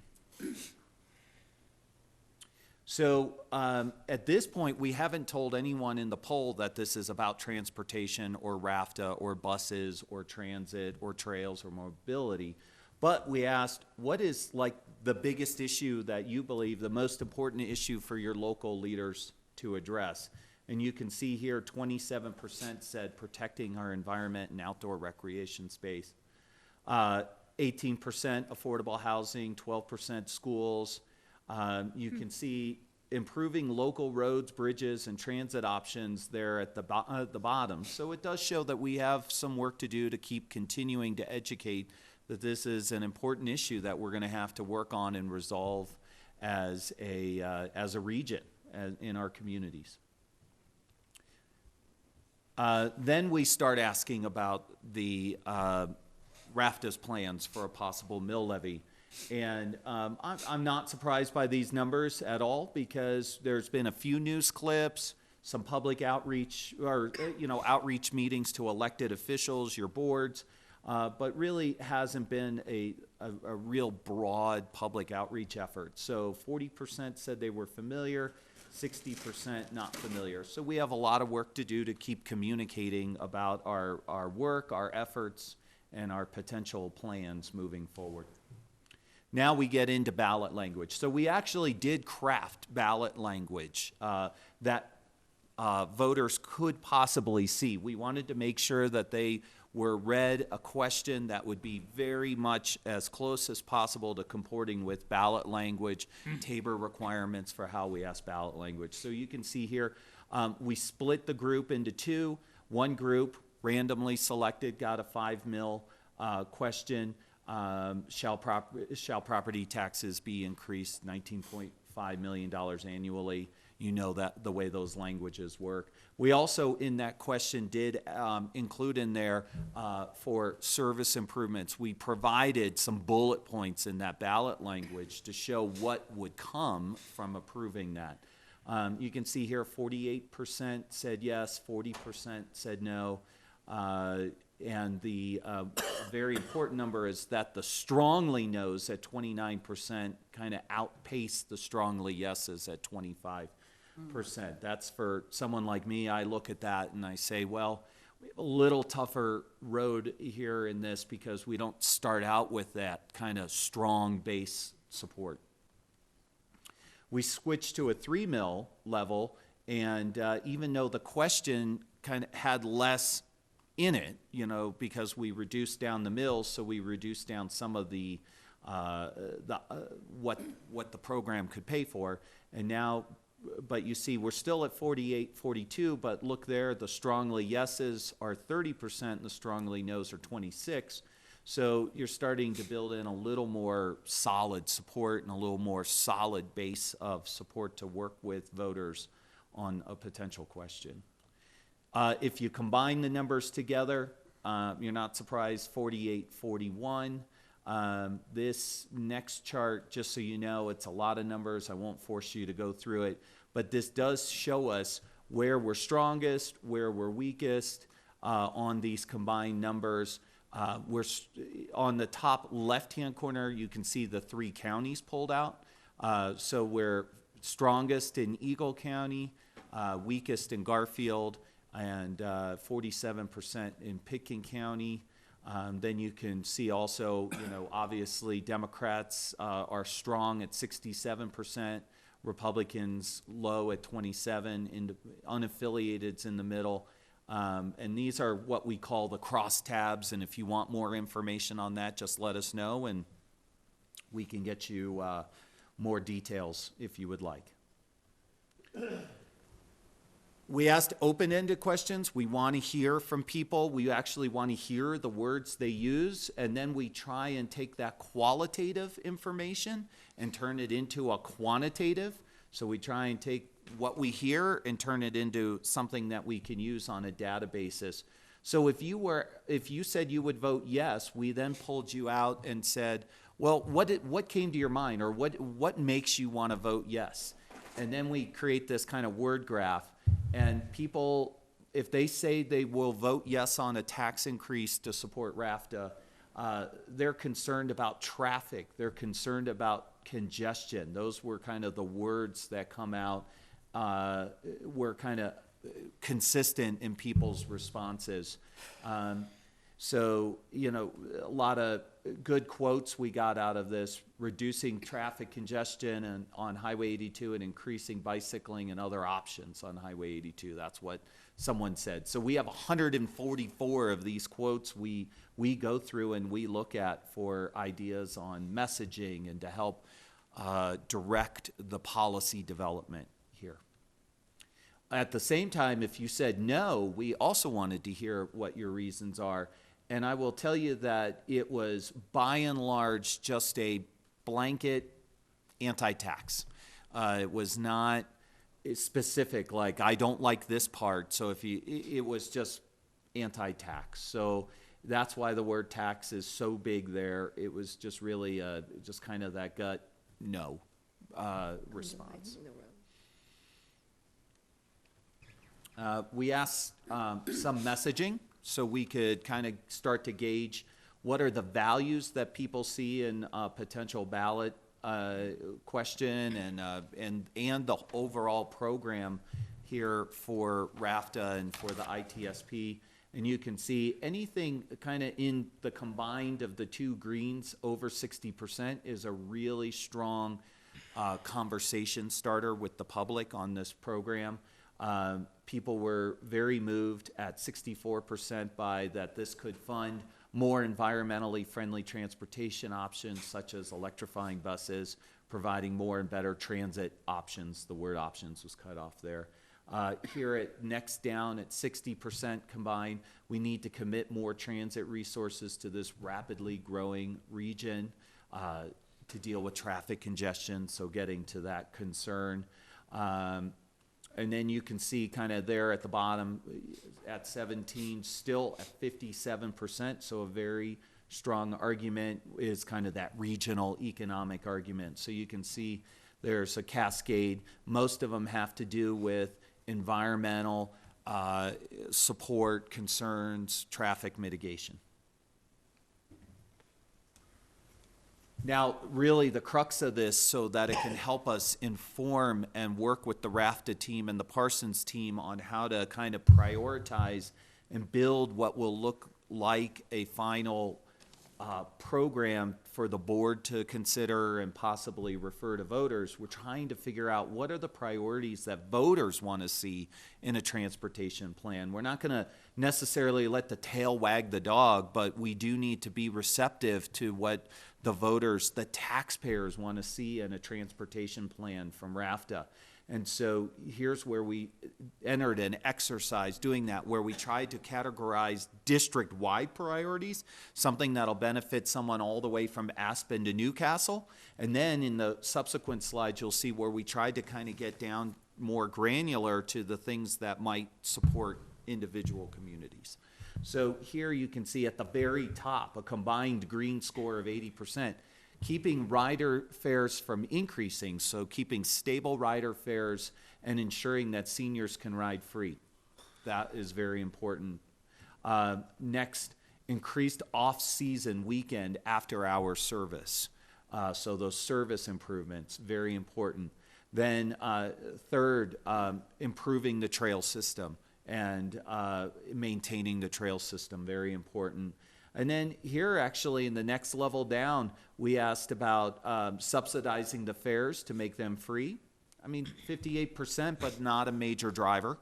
And then also looking at the fare structure and possibly reducing fares, also at 58%. So, you know, actually stabilizing the fares and making sure seniors can ride free was much more of a motivator for the people taking the survey than actually getting rid of fares. So here on this slide, this is the three, basically we had 3 to 4 questions we could ask in breakouts. So only if you lived in Aspen/Pitkin County or Snowmass Village, or, you know, here in this county, where you ask these 3 questions. So at a combined green of 82, people wanted those bus systems to be converted so that they're quieter and emission-free at the source. Next, improve parking improve the bus system into Aspen to reduce traffic congestion, enhancing park and rides, and improving bus stops. Pretty solid score at 64. And then here at 54, still a majority support, increased overall frequency of local bus service into Snowmass to improve level of service and reduce parking issues. I will tell you, for the Snowmass elected officials here, because we have a representative sample of, and so our sample size is proportionally correct to the amount of people living in all the different RAFTA jurisdictions. 18 people from Snowmass participated in this survey, and that would be the representative sample size. So I think possibly in future polling, we're going to look at ways to increase the sample size and also try and increase sample sizes in places like Snowmass, so we just have a better feel for the communities where all communities want to land on this program. Just so you know, because it's important, in Eagle, Basalt, and Carbondale, what we kind of lump together as a mid-valley, they want to see park and ride expansions for better access to BRTs, bus stop improvements, also to improve the level of service through the valley. And then at the bottom at 53% is circulator buses, we cycle, and those kind of first last mile challenges that need to be addressed in the mid-valley area. And then at the lower valley, Glenwood and Newcastle at 66% was increased bus service to Newcastle. Then 58% partial funding for the South Bridge project to improve access into South Glenwood Springs. 58% also more grade-separated pedestrian crossings. And then at the bottom, 52%, still a majority, is BRT, expansion of BRT bus service, including a BRT station in town. So once we go through, and I'm trying to be recognize your time. Actually, the entire presentation is 58 slides, so I'm trying to save you a little bit tonight. And we tested many more things. I'm trying to give you kind of the top level and highlight. But after we did test all this, we did go up to 51% support on a 5-meal levy. So we gained 3 points. And if you look, our definitely yes jumped from 30% to 25% we picked up 5 points on the kind of that definitely yes, that base. However, the no side stayed at 30, so that one still kind of has that tie feeling, which makes that a price sensitivity issue when we look at this data. On the 3-mil side, you can see it's 51 to 37, so we're creeping up also there. But on the definitelys, that's where there was a big gain to 35 definite support for a 3-mil or something in that 3-mil range to 27% definitely no. So it kind of says 3-mils just got a stronger base of support, a stronger launching pad as people look at kind of the tax bill that would go along with this. So once again, to summarize, and then I'm happy to take questions and we can conversate on this if you'd like. Favorable political environment, climate change, electrification, key emotional drivers. There's near majority support for both, but there's price sensitivity. Strongest supports up here, up valley. But really, to know the plan is to support it, and that's the hard work that we're going to be doing with RAFTA here in the coming weeks and months ahead of, kind of decision-making time on if we're going to move ahead with referring something to the voters. So happy to entertain. These are just some demography. If you want to see that, we can have that up there for you. And then take any questions. Questions for Bill. First, my Patty, then question was Rachel. actually the amount of the percentage of the voters that you polled which one, but I see it here, which ones were owners of property. Actually, the people who are gonna pay the tax versus the people who are not. Because you always know that people will say, it's a property tax, I'm gonna support it because I don't have to pay it. So, but I see that's the number in the center there, home renters, owners. That's right, yes. So that's the answer to my question. Thank you very much. You're welcome. Rachel? That was easy. Yeah, thank you. And I think a lot of renters know that their taxes are passed through to them too, But so, but It's still different when they vote. it is a little different. I was gonna ask, what is your margin of error? Yes, the margin of error on this was 5.7. Thank you. Great information. I'm sorry? It's great information. Thank you. Other questions, comments? Adam? Thank you. Helpful. Can you talk a little bit about either what was pitched as what are we getting for this tax increase, and/or if it doesn't happen, here's what we might lose? And I'm not sure what the reality is to either of those questions, let alone how it's pitched into the data as we try to collect it. But some type of consequences, positive or negative, go attached to most people's thought process when they're voting for something. So I would say that in this poll, because we were trying to get a lot done in a limit, this poll was over 18 minutes long, which is a real challenge to keep people engaged and wanting to stay informed. We didn't really get a lot, we didn't get into trade-offs or what-ifs. Also because I think at this point, the board, the RAFTA team, the consulting team, we are working in a kind of moving forward, trying to get a plan together that we hope has the broadest level of support among voters, elected officials, stakeholders, business community. At some point, there's probably going to need to be more research and conversations about trade-offs and what-ifs, but I think that that's probably still down the road a bit. And I might also see if Dan or Ralph has thoughts on that. But we did not provide, if this doesn't happen, here's what your transportation system is going to look like in 5 years in this poll. I think that's just probably a conversation further down the proverbial road a bit.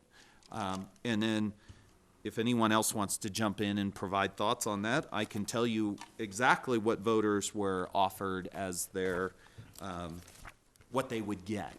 You know, obviously you can see where we broke out individual communities, they got a sense of what they would get. But when we asked the ballot language, I have this very large binder that I meant to add tabs to. So for example, I'll just read the ballot language that voters heard.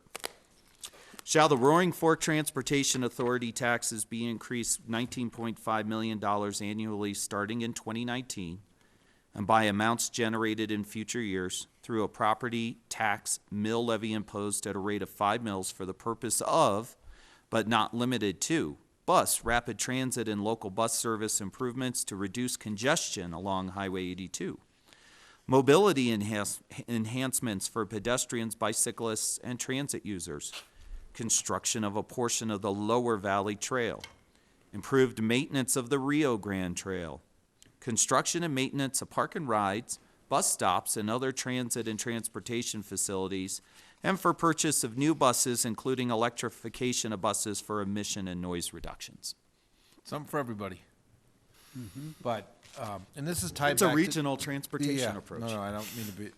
Daniel provided us, I think, a pretty comprehensive spreadsheet at the last meeting that had a list of what happens at 3 or 5 or none, and a big checklist, right? And it's all kind of related to that discussion, so.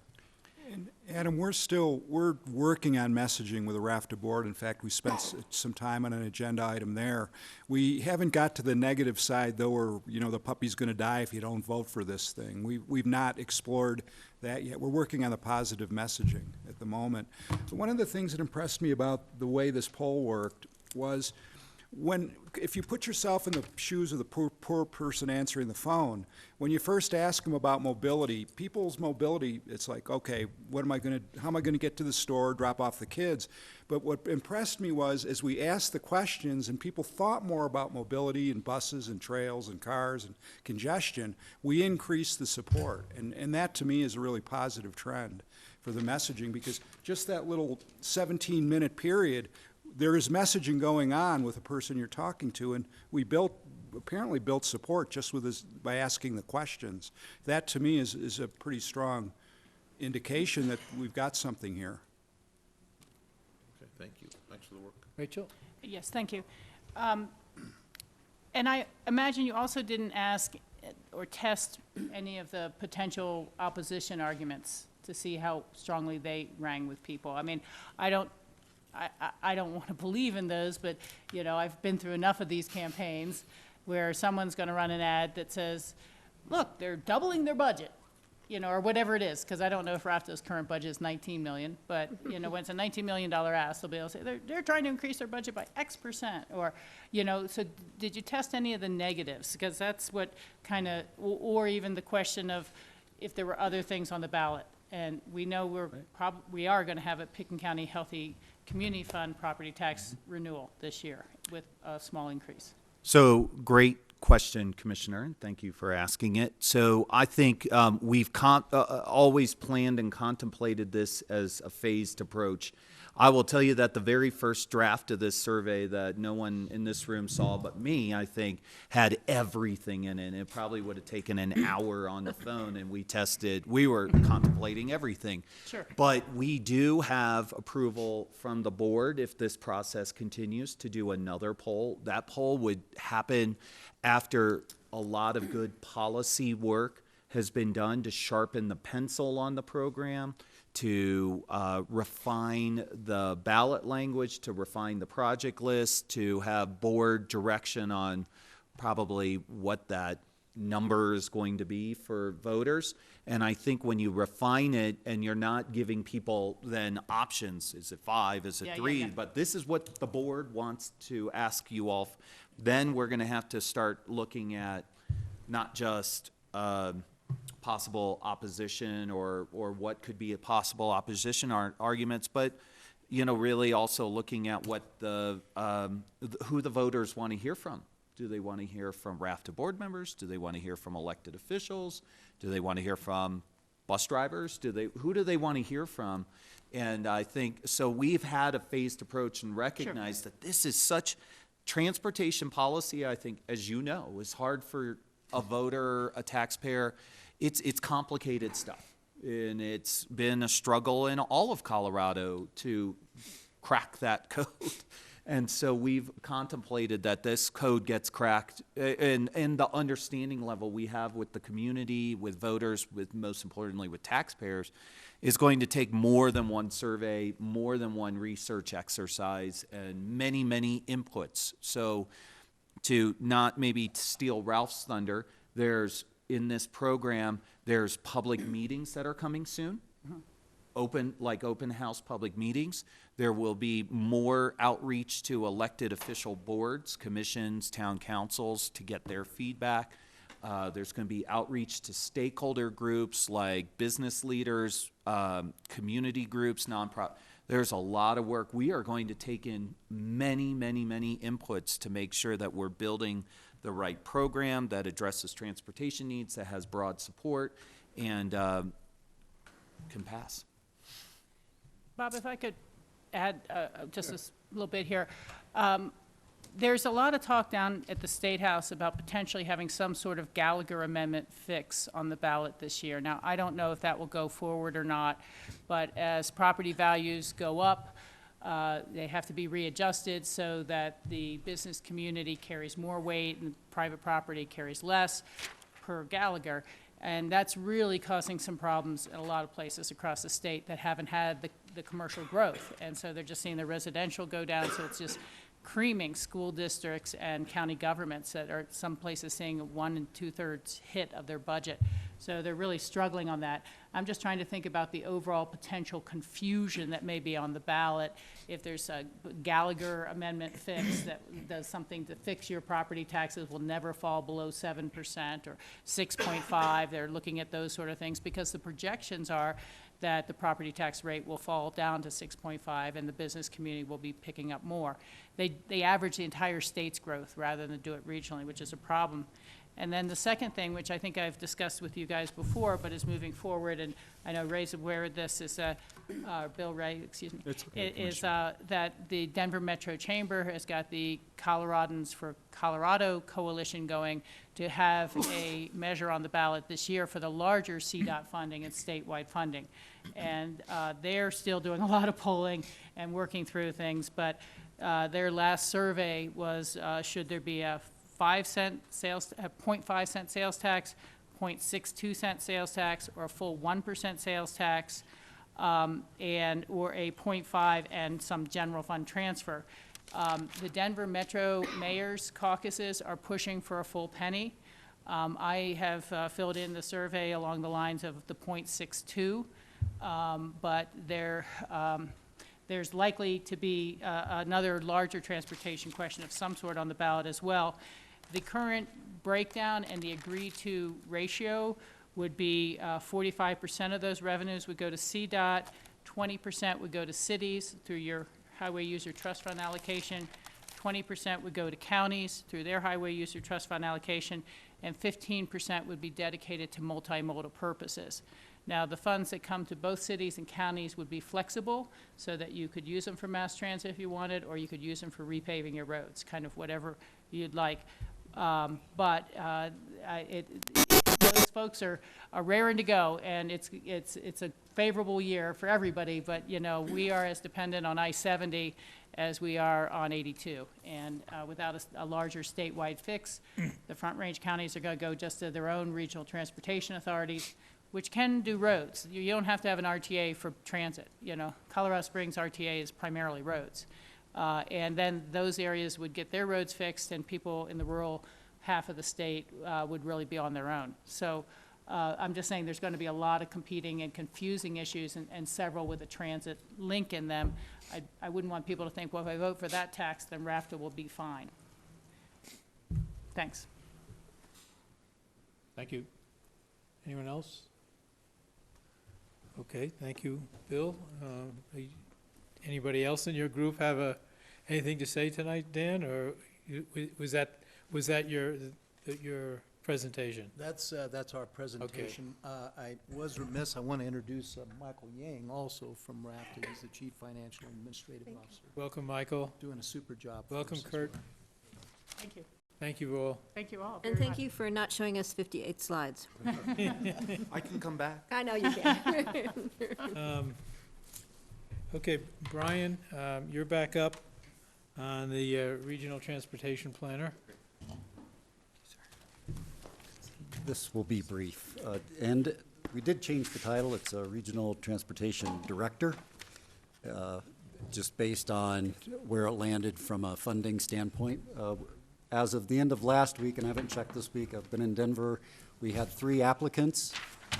And if we get enough applicants that are qualified, we'll start an interview process of which various people represented by the EOTC will be in attendance, and we'll go through that process. But right now, based on the applicants that we had, I just don't think we have a good pool yet to choose from. And it may be that we need to elevate the salary. We are well within budget, but it's just not sparking a lot of interest in this profession. I'll tell you, the transportation area and engineers are in great demand right now. Do you have a sort of a deadline on accepting applications? Currently, there is no deadline on the advertisement, but if we don't have anything by the end of next week, if we just have 3 more applicants, we likely will look at increasing that salary to try to spark some more interest and do some more marketing. Okay, thank you. Yes. Thanks, Brian. Thank you. Okay. Tricia? No, I think Pete's here. Other folks. Oh, okay. Hi. Would you Hi. Introduce yourself, please. Pete Rice. I'm with the City of Aspen Engineering Department. And with me is Haley Guglielmo. And we're both project managers on the Castle Creek Bridge project that's happening this summer in the City of Aspen.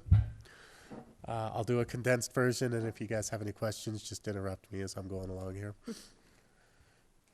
So starting on April 2nd, we're going to begin construction. We're really excited about this project. We've worked several years planning for this. Essentially, this is one of the locations that is the City of Aspen's top 10 accident locations. It's really hard to get in there, so the infrastructure's really started to age in the bridge and in the roadway, and a lot of the storm sewer and drainage is poor throughout that area. And it's also, from the pedestrian and bicycle standpoint, is one of the three biggest disconnects in the city, according to the local people that have all taken the polls, and actually everybody that was included in that. So the project goals are to increase that connectivity for pedestrians and bicyclists. The safety is a key component of this project. A lot of the things that were done in the 60s aren't done like they are today. We'll get into these a little bit as I go on into the slides. The crossing infrastructure and ADA for the bus shelters is all being upgraded, and we can look at that in a little more detail. And then the last one, of course, is the aging roadway and infrastructure. So on the bridge itself, the big piece of it is that we are adding a trail to the bridge that's going to be protected. The trail will be 8 foot wide. We did an experiment 2 summers ago, the Living Lab, where we simulated this exact thing. We put out the white jersey barriers and extended the concrete walkout similar to the way that it's going to be now. And we narrowed the lanes down and tested that out. The Living Lab was extremely successful with people. And we're going to mimic that. The trail now connects from that west side of the bridge over by Bugsy Barnard Park, and it goes all the way into Hallam Street on the other side of 7th. So that trail is going to be a continuous 8-foot trail all the way through. It's going to take the trail away from the interaction of the bus users that are getting on that north side on Hallam Street, and takes it out back. And the connection across 7th Street now is a lot more straight and a lot user-friendly. That's just a blow-up of what the bridge will look like and some of the lane spacing. The striping you see out there today is the same that it's going to be. CDOT actually put down the thermoplastic striping last year, and we stuck with it. So there wasn't any negative impacts to that striping scenario right there. This shows you kind of an overhead of some of the features. Just a quick discussion on one of the safety features is the crosswalk is moving from the west side of 8th Street over to the east side, so that it's closer to both the bus stops. Visually, the pedestrians will be standing around the buses now in both cases, so that vehicle and pedestrian eye contact can be made and before they make that crossing. We can move on. There's a lot more added details. These are kind of what the bus stops are going to be upgraded to. They are similar to smaller BRT stops. The north side is going to be a little bit larger because there is more of a population that uses that outbound. The inbound, if you go ahead and click it, that's still the outbound. So there you can see the interaction between the bikes, the buses. We're trying to separate that all out now.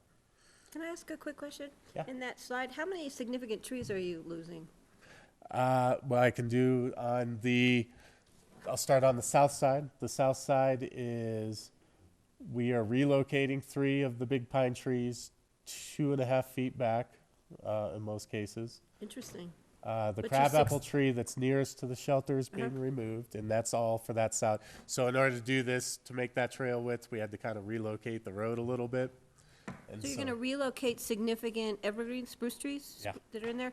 Actually, we're working with there's 2 townhouse developments over there, and we're working with them which trees. They want new trees, and so we may replace the big trees into the parks parking lot and take I think 5-inch caliber, 6-inch caliber trees and replace them, but that's on That's still in the the works. owner's request. Okay. It's And on our the right other of way, side? but- And on the north side, most of the nothing big is being taken. We went around all the big Cottonwoods that are there? cottonwoods that are up there. And then the trail actually follows kind of the alignment of the other, and so we just kind of extended it so that we avoided Part of all the Forest that. Service building. There's 2 small, one's a crabapple, One is, I'm not sure what it is, it's a smaller one that's along the fence. And then we're adding 4 trees over by the bridge. There's a section there that's where it's parking right now. And so we're adding 4 trees over on that side. Thank you. Yeah, so those are the big benefits of the project. The biggest one for me is, of course, the infrastructure and the new roadway, and the bridge is going to be repaired in places to make it last longer. So Gould is the contractor. It starts April 2nd. The hours are going to be 7 to 7. At 7 p.m. at night, traffic's going to revert more back to a S-curve scenario, and we can kind of get a little bit detailed of what the traffic impact will look like. There's essentially 2 different types of phases for traffic control, and I'll discuss that in a little more detail. The key for this is on June 10th, we are going to stop construction, open the roadway back up. The roadway itself will be fully back open and operational, and we won't be doing any work in the roadway until mid-August. Hopefully, the snow doesn't impact that schedule a little bit. June 10th, we will be out, guaranteed. It's whether or not we start August 12th or August 19th is where the schedule would be impacted. Most of the businesses have been pretty happy with that scenario. Peter, on your website, you had mentioned, I think, June 19th to start the project. Is that correct? The start project's April 2nd. June 10th is when construction would end for a while. It says construction to begin on the website. Oh, does says it? June 19th. Okay, I think you need to change that. Yeah, I'm I not, need to change I'm not that. sure when wine and food is, or. Wine is the 15th. That's actually Right Food and around- Wine Weekend is the 17th. Right, so, so- but on your website, Okay. I think you need to change that. Thanks for catching that. I'm not a great web designer. Can I just add on to that? I would suggest when you restart, rather than August 12th, go to when the MAA, the Aspen Music Festival ends, which is probably right around the 19th, when that last Sunday is. Okay, so what we did to do that was we started from November 1st and worked backwards to come up with that date.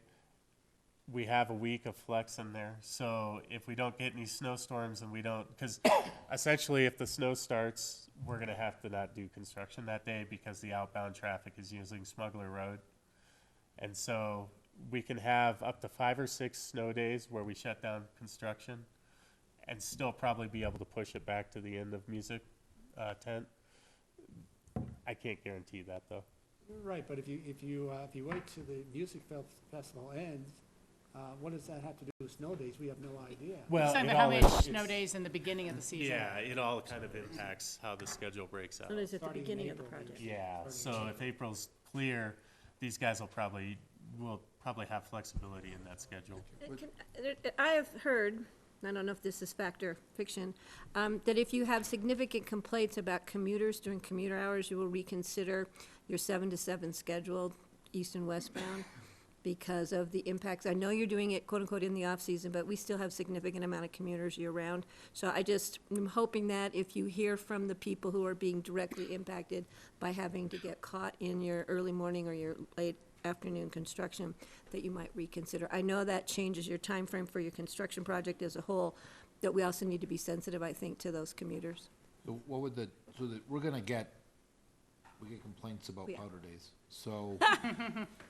I was thinking Is more your commuters. suggestion that we work from 9, and I'm trying to be sincere, are you suggesting we work from 10 to 3 or 9 to 4? You know, I'm or- not sure what CDOT does when they do bridge construction, but they are sensitive to commuter hours. So it's just something I think we might have to take into consideration if and when you hear from the public. Chances are you're going to hear from the public, the commuters. So we're very sensitive to that. We'll hear about it.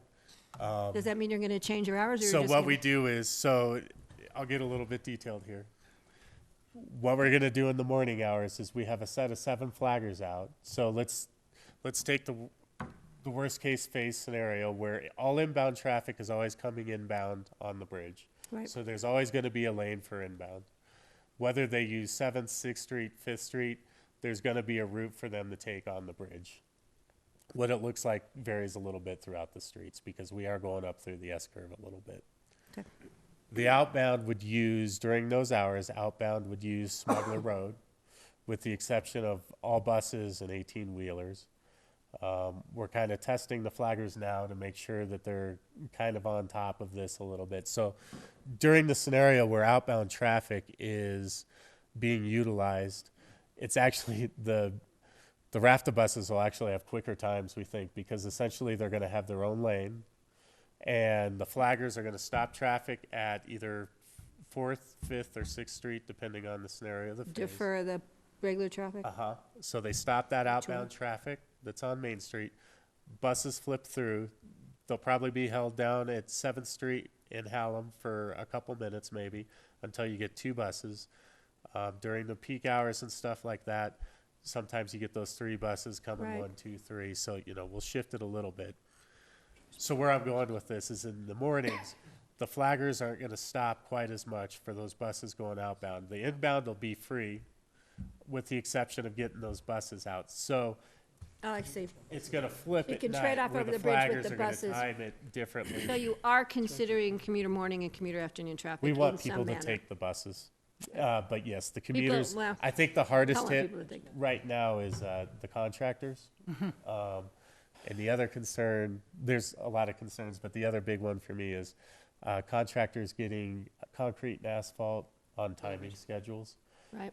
So we've got to be a little bit sensitive to that because we're You gotta kind of pour hard when you on them gotta about pour. that time. Yeah. So we know that those are issues, and most of the contractors and stuff have been pretty free about telling me what they think and we'll adjust if people are telling us that they're seeing something And wait, different. and you did mention you're going to somehow impact the S-curves.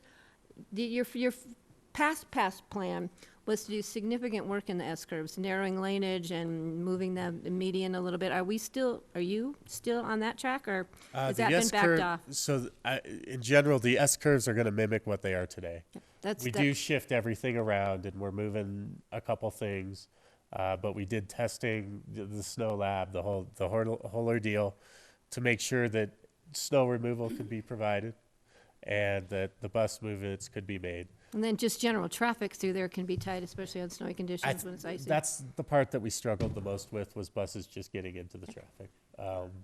And Patty, the city's going to run additional bus service from Brush Creek, intercept lot, into Ruby Park from During May this- 1st to June 8th during the biggest detour portion this spring, and we're going to look at it again in the fall to see if we need to And you'll do get that out to people who think they should be driving, that really should be on the Yeah, bus. that will get promoted. Yeah. and, John's really good at That's doing the that. plan. pushed out there. Thank you. So that we can Yeah. try to get more people on the bus, less people in their cars, Yeah. all that. Bob? Okay, sorry, Yeah, Rachel. thank you. I'm really glad to hear that. That was kind of what I was going to ask about, John. And I would think really seriously about maybe seeing if you get a couple signs that you can put up on the detour route that tell people, so that the first time or second time you're in the detour route in the line, and there's a sign that says, you could take the RAFTA bus, park here, increase service, whatever it is. But, a lot of people don't even read newspaper ads anymore because they read everything online. And I just think some physical signs on that route that people see the first few days of their detour, they'll make them think twice about getting on the bus. It's a great idea. CDOT and I are, we're working on joint signage right now, some banners, That's a good the idea, VMS Rachel. boards and stuff, so I do think Yeah. that's a good idea Over to in the add West more of End that in somewhere. there. Yeah, you could have been here 10 minutes ago. Yeah, I was going to say, working with CDOT, using the electronic signs, maybe over by Brush Creek, letting them know, park at the intercept lot, construction service. ahead, some sort of sign. Yeah, so I think we're gonna have 2. One is gonna be before Intercept, and the other is gonna be Buttermilk, and then the city has one owned that we're trying to decide where the best place that would be. We're working with police. I think the first week will be the hardest, but we'll learn a lot that first week, and if we're seeing something that's not right. Pete? Well, Sorry, George, go no, ahead. sorry. I mean, hopefully, we can learn from this, really the success of the Grand Avenue Bridge in terms of the information in the press that came out. People really knew what was coming. And even though the first day or two was still hectic, it calmed down afterwards. And I think they were really successful because of the all the information they have out ahead of time. Okay. Yeah. We are trying. We have a pretty hefty schedule for outreach and a lot of media. Pete, have you given any thought to doing this construction at night? Yeah, we did think about it, but because of the location of it on the bridge and with the arm that they have to do for some of that, the contractor didn't feel too comfortable on the bridge itself. And the other one about being at night was the rest of it would be right in front of the neighbors' houses. Residential. Some of the neighbors were in favor, some weren't. Contractor said that he could do it in the schedule this was the schedule, so we decided not to do night work at this point. Okay. Just glad you found a contractor this time. Yeah. Yeah. Any other questions for Pete? Thanks Thank for you the very update. much, Thank you. Pete. Appreciate I it. actually have a question. Bill? Pete, what's the lifespan of the Castle Creek Bridge and I get asked this question a lot, so it's kind of difficult to judge. CDOT does every 2 years, they assess the bridges. The rating of this bridge right now is a 62 in CDOT terms. It's similar to kind of like your score in school. The bridge down valley of it was an 18 before they decided the placement. That's The Maroon Creek Bridge was an 18. Yeah. That's probably the lowest that I've They got seen a nervous when it bridge. was There a was one on 24. 6th Avenue that was 20 that I heard. If you're asking just me personally, probably 20 years before you start. And some If of the we're lucky. repairs that we're doing and we're looking at will help that. 20 years, and are we starting to plan for what will happen in 20 years?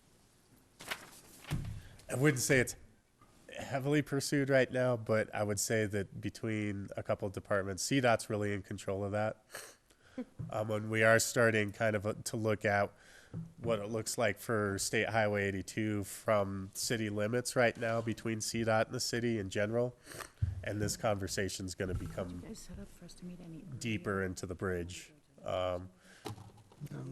It's a complicated question to say publicly, but we are looking at it and we're assessing that on a yearly basis to see where that bridge is and what needs to be done. I mean, as you know, last summer we had to shut it down for 4 days to repair the joint. And so there's some aging that's starting to happen on that bridge. Maybe we could include it in the $40,000. $40 million to replace, you mean? I'm scared to always talk about the. Okay. George, It's did you coming have up. something? Yeah. Well, I was just to tag on to Billy's question, at the Intermountain, CDOT's Intermountain Planning Region, at our last meeting, we were talking to Dave Eller, and Highway 82 on a project list, which goes out for about 10 years, has about $100 million sort of earmarked for Highway 82, which doesn't go very far when you think about South Bridge and some intersections. And so the question Dave asked Brian and myself is, should we be holding any of this money back entrance. in case of what's going to happen with the entrance to Aspen?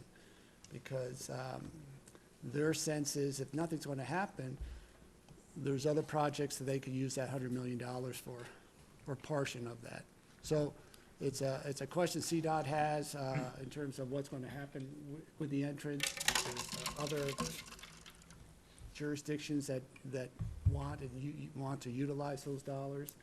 And so that's a question that city needs to really think about 10, 20 years from now, because those dollars may be gone. We should be putting in a request to reserve that space for that bridge. Yeah. Rachel? Well, you know, similar to other things, they don't allow you to speculate with money. You have to kind of be getting ready to do something, or they won't let you keep the placeholder. They like to see things in the ground and well done.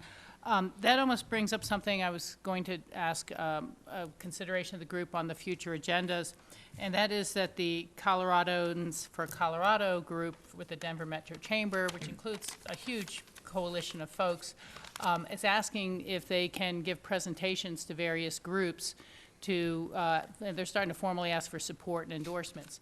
And so they easily could come up and talk to all three of our boards separately, but it might make a good presentation at one of the future EOTC meetings. Who are they, Rachel?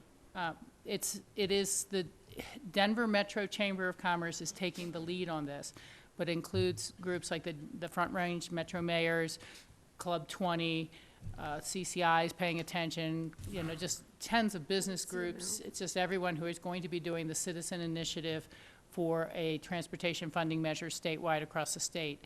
And just queuing off of George's comments is why it's a good lead-in, is because they're going to have a bond on that, and it's going to be a bonding measure for 20 years. And if you're not on that project list, there will be allocations of money, and there'll be the sharebacks and things, but new major projects will not be funded. They're going to be on that list. You're either bonding for it, and you're part of that going forward, or you're not. And so, you know, you'd hope to see that there's a second round at some point, but it's going to have a 20-year life and a 20-year bond, and that will be the congestion relief. That will be, you know, a lot going into the Front Range, obviously, but I-70 and, you know, this huge set of CDOT deferred maintenance that's, you know, close to $9 billion. Our biggest concern has been making sure that West Slope maintenance doesn't take the hit, that it's not all bonded for new growth and congestion relief, and then there's nobody even plowing our roads. I could be wrong, but I don't think Highway 82 is even slated for repaving in the next 5 years. And if anybody drives that road, you can see the seams opening up, you can see the potholes opening up, and so it might be helpful for us to know what's going on with the CDOT budget overall and those bonds, but we don't have anything in the project. You know, in the past, it was all we got was the basalt intersection, and we finished that ourselves. Maybe we could get the buttermilk underpass in there, but that's like it, you know, because there is no entrance to Aspen project. I'm just going to tag onto that real quick. The other thing, too, is we've learned in the past that when you have the plans on the shelf, your chances of getting funding are huge. Not huge, but much better. So even if it's just a preliminary draft plan, it never hurts to look ahead and maybe come up with some kind of schematic for what you would think about doing for the Castle Creek Bridge. Just so it's that plan is on the shelf. So I'm giving you another workload. I could just see you go, oh God, I'm so sick of the Castle Creek Bridge. But that really helps with the future. And that bridge could fail, we know, looking at Maroon Creek, how fast it went downhill. So, yeah. So if we can be of assistance to the city in trying to help move that forward with George's involvement and Brian's involvement with CDOT funding as a whole, we will be more than happy to help you out. Just gave my staff a workload, so. Peter, thank you very much. I appreciate that update. In future agenda items, I had a request from Mitch Ozer to talk to us about an intercept lot update. So Mitch, you've got it. So I'm looking for some direction from the EOTC. We have about 6 to 8 people living at the intercept lot at this stage, either living in campers or living in vehicles. So I've been working with the Aspen Police Department, the Pickens County Sheriffs, and myself to talk about what options are. So after working with the Aspen City Attorney, the City of Aspen is the leasee of the intercept lot other than the part that RAFTA uses. So what we've come up with as a plan, which I'm looking for permission for them, is that we're going to notify the people that are living out there that they're trespassing on their property. If they feel they have permission to park there and live there, that has been removed. We'll give them 48 hours to leave, or their vehicle will be towed, and it'll cost them $200 to get their vehicle back, and it'll also be given a citation by the Pickens County Sheriff to come to court for trespassing. The feeling is from the Aspen Police Department, who hires someone that specifically works with these people that live there, that if you threaten to tow their vehicle, they'll move because all their belongings in their vehicle, that is essentially their house, and they'll move someplace else. So we're getting complaints from RAFTA on a regular basis because they use the porta potty that RAFTA has, they use the garbage that RAFTA has there all the time, and we're also getting complaints from people that want to ride the bus that they feel unsafe, particularly with the articles in the paper about the Hatchet Man, which I'm sure you've all seen. So I want to make sure that you guys are on board, that we can start tell these people that they're trespassing and they have 48 hours to move, their vehicle will be towed, and they'll be given a citation to come to Pickens County Court.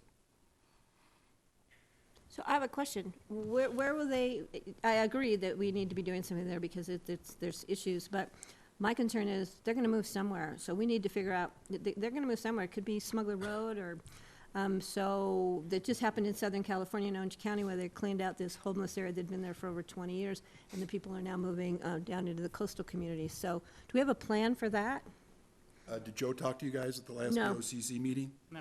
Okay, so Joe DeSalvo has a plan, but I think after talking to some people, our concern is that according to the lease, it says that it's understood and agreed that the leasee intends to use the premises only for park and ride facilities and associated landscaping in accordance with the intergovernmental agreement.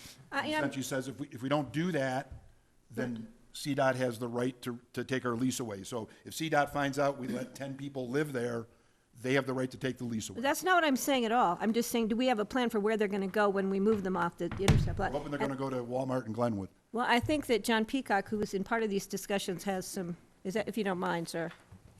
No, because I've got another thought after we get finished with this one, that it conflicts with something we've done in buttermilk. Okay, yep.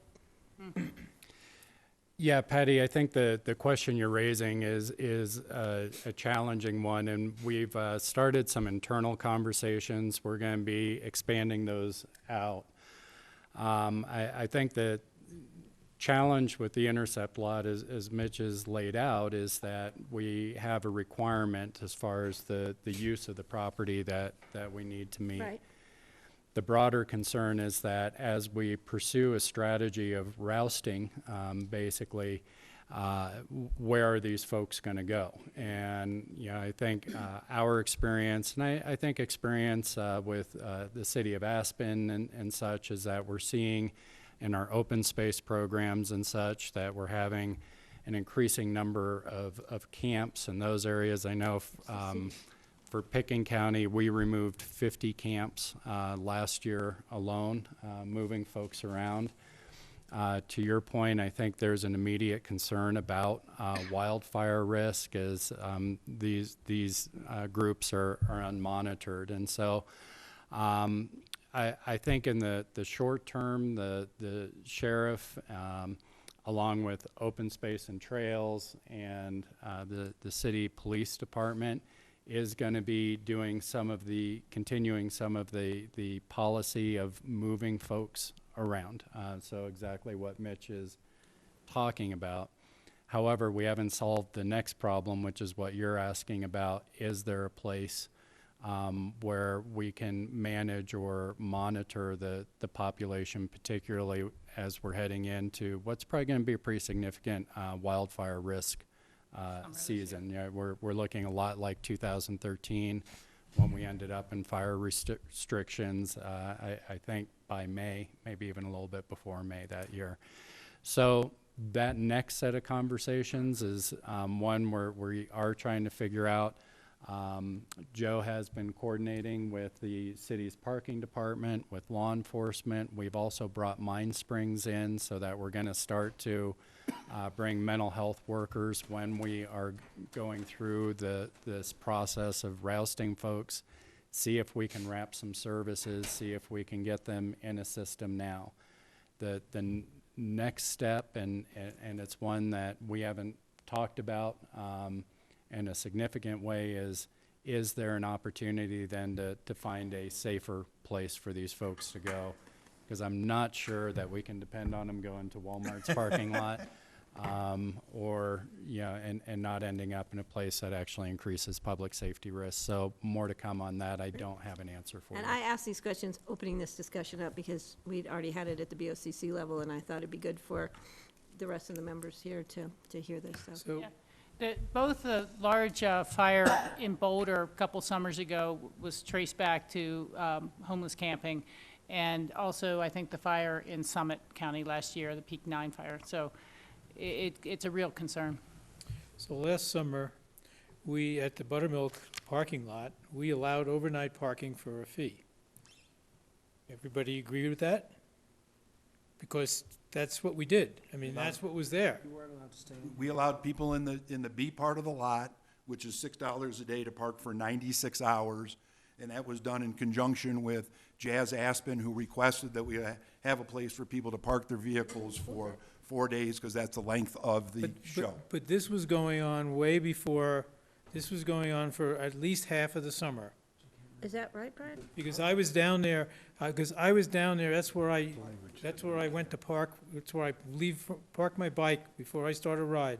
And all of a sudden, one day, these concrete barriers came up and separated about 10% of the lot, which were free rafter spots from the other part of the lot, and then all of a sudden there were charges, big signs. So my point is this, if we did that last summer, we have a history, I think, of allowing people to park in a place overnight. So if we're now going to say that the intercept lot is not the place, well, I think we really got to think that we have to have an alternative place before we kick these people out of the intercept lot. Can I just clarify? We're talking about parking, not living. Yeah, exactly. These people So- are living in their cars, living in there's these a places. They're difference not just between leaving their car habitation- there for airport trips or. Well, do you know, it was RVs who was parking in the Buttermilk lot. People were living in the RVs For a long weekend, Bob. for weeks at a time. Well, they're not supposed to be. Well, and plus, that- keep No, in they- mind, Lincoln County and Aspen put a deal together that essentially took place starting August 1st of this year, where we are now, the City of Aspen Parking Department is managing that lot. You did not have people living there after August 1st. It was not managed before. It was a So we free-for-all. manage it 3 times a day, times not to be discussed so that people don't know when we're coming in. We do manage the lot 3 times a day. We wrote a fair amount of tickets. We moved a fair amount of people. It just proves, again, if you don't manage a lot, people will park there and live there. So our concern with the intercept lot, again, is that we do have people that take mass transit that have expressed that they're concerned about parking at the intercept lot because they think it's unsafe. And we do have a concern that we're not following the lease with CDOT by allowing people to live there. Yeah, I mean, I understand that. I just think that, well, it comes Well, really what back about to the what rodeo lot? what Maybe they Patty's could move saying. up to the rodeo lot? Are I you mean, ready it's for come- summer it comes- inhabitants? It's just coming back to, what Patty's saying. They're gonna go someplace else. Maybe they'll end up at the rodeo lot, I don't know. But honestly, we should, as a group, we should find a place. It's helpful to try to bring in services and try to give them some services, but we need to find a place or some And we're place looking at we can any and tell all them to go. opportunities right now, so. I suggested, we discussed this in the office, let them stay at the intercept lot, but we require them to move to the dirt section, That's where. and we put a porta potty back there. And we're talking about 20 cars, Yeah. Yeah. only 20 cars, it's not hundreds yet. You know, I was going to say, I think we're all talking in generalities right now, and at least I'm not fully up to speed with it. But there's a big difference between people who are indigent and homeless and people who are deliberately homeless and the affordable housing crisis. And if you create a spot where you say, you can live here in your RV and work in Aspen for the summer, you are going to have hundreds of cars and that, hundreds of Temporary vehicles. because we don't have a plan yet. I know, but what I'm saying is that there has to be a lot more deeper dive, because as far as I'm aware of a number of people, they're working, and they're here to work, and that is their cheap housing. And so unless you want to start a man camp, somewhere, you could have hundreds of people. My concern was the ridership. Were the commuters using the lot? Oh, I agree. I want to ensure their safety and the viability of that. Yeah, I have no problem with that, So but I'm just until there's a saying. plan, But it violates the agreement. You gotta be really careful with that lease, with the CDOT lease, or you lose everything. You lose the parking, the raft operations, you're putting all that in jeopardy. That's a real concern.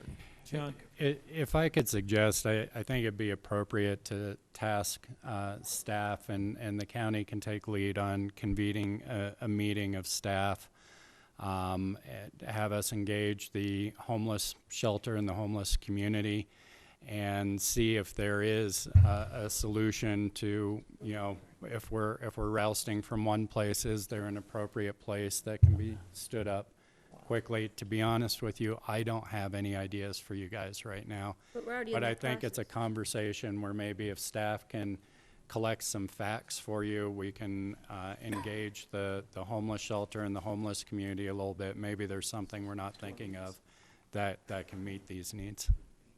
So please, if anybody has some creative solutions or spots that you can think of, I'm gonna let you forward them to John. Sure. So Mitch had asked a question. I don't know We're whether. looking for some direction on what to whether do. we got direction, so Our I, plan was to start next week. We were gonna do 2 at a time. We don't wanna roust all 10 of them at one time, so our goal was to do 2 a day. And the feeling from both the sheriff's department and the Aspen Police Department, once we talk to 2 of them, the word will get out and they'll move. So I'm looking for direction. I'd support that. I think we need to, and I think we're in violation right now, and and we don't want to lose that opportunity to be able to utilize that intercept lot. Unless we change that agreement, which we can't do in reasonable amount of time.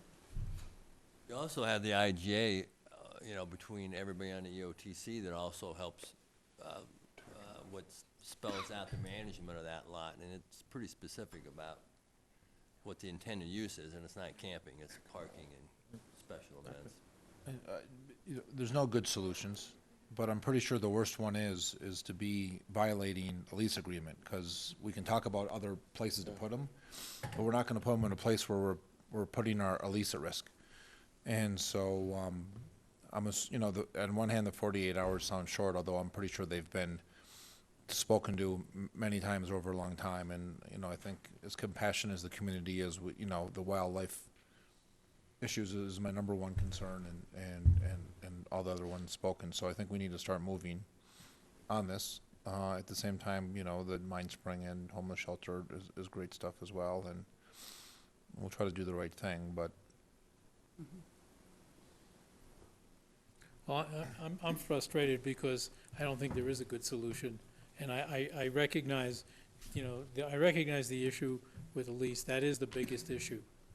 And it's getting worse. The problem that we talked from the police department, and this really came about during the X Games, when the Pickens County Sheriffs and the city of Aspen worked together and saw how bad the intercept lot was and all the communication that took place, which is why they came to me to have this conversation about, what are our options and what can we do.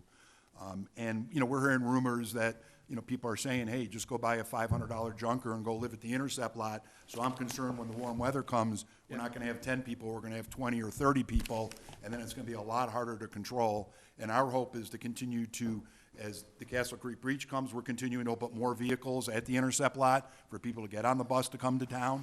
And I don't want anyone to feel uncomfortable out there, afraid that the hatchet man is gonna, go after them. And it's pretty crazy out there. They fight over the parking spot.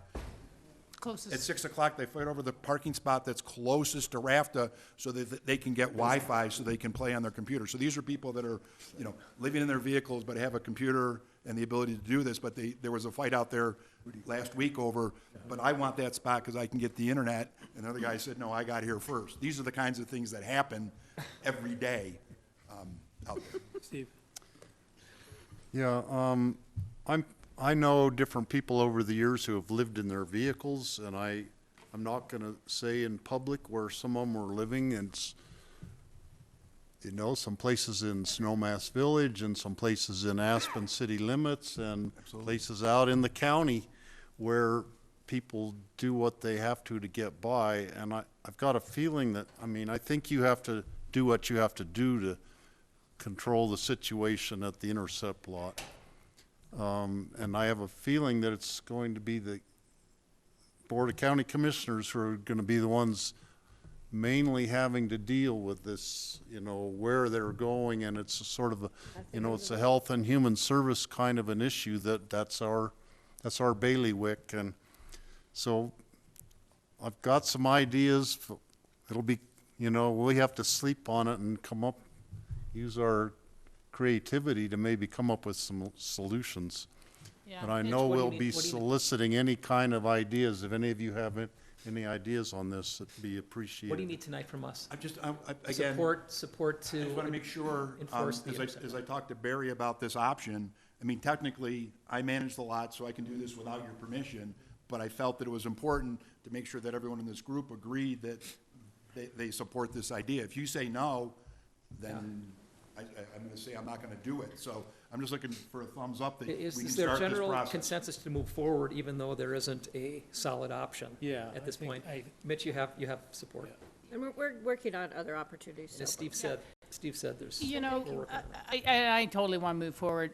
I just like to say this really wasn't an option. It was something that people created for themselves. There was no open sign, let's start parking here. It wasn't a deliberate decision, and now we're trying to close something that was opened before.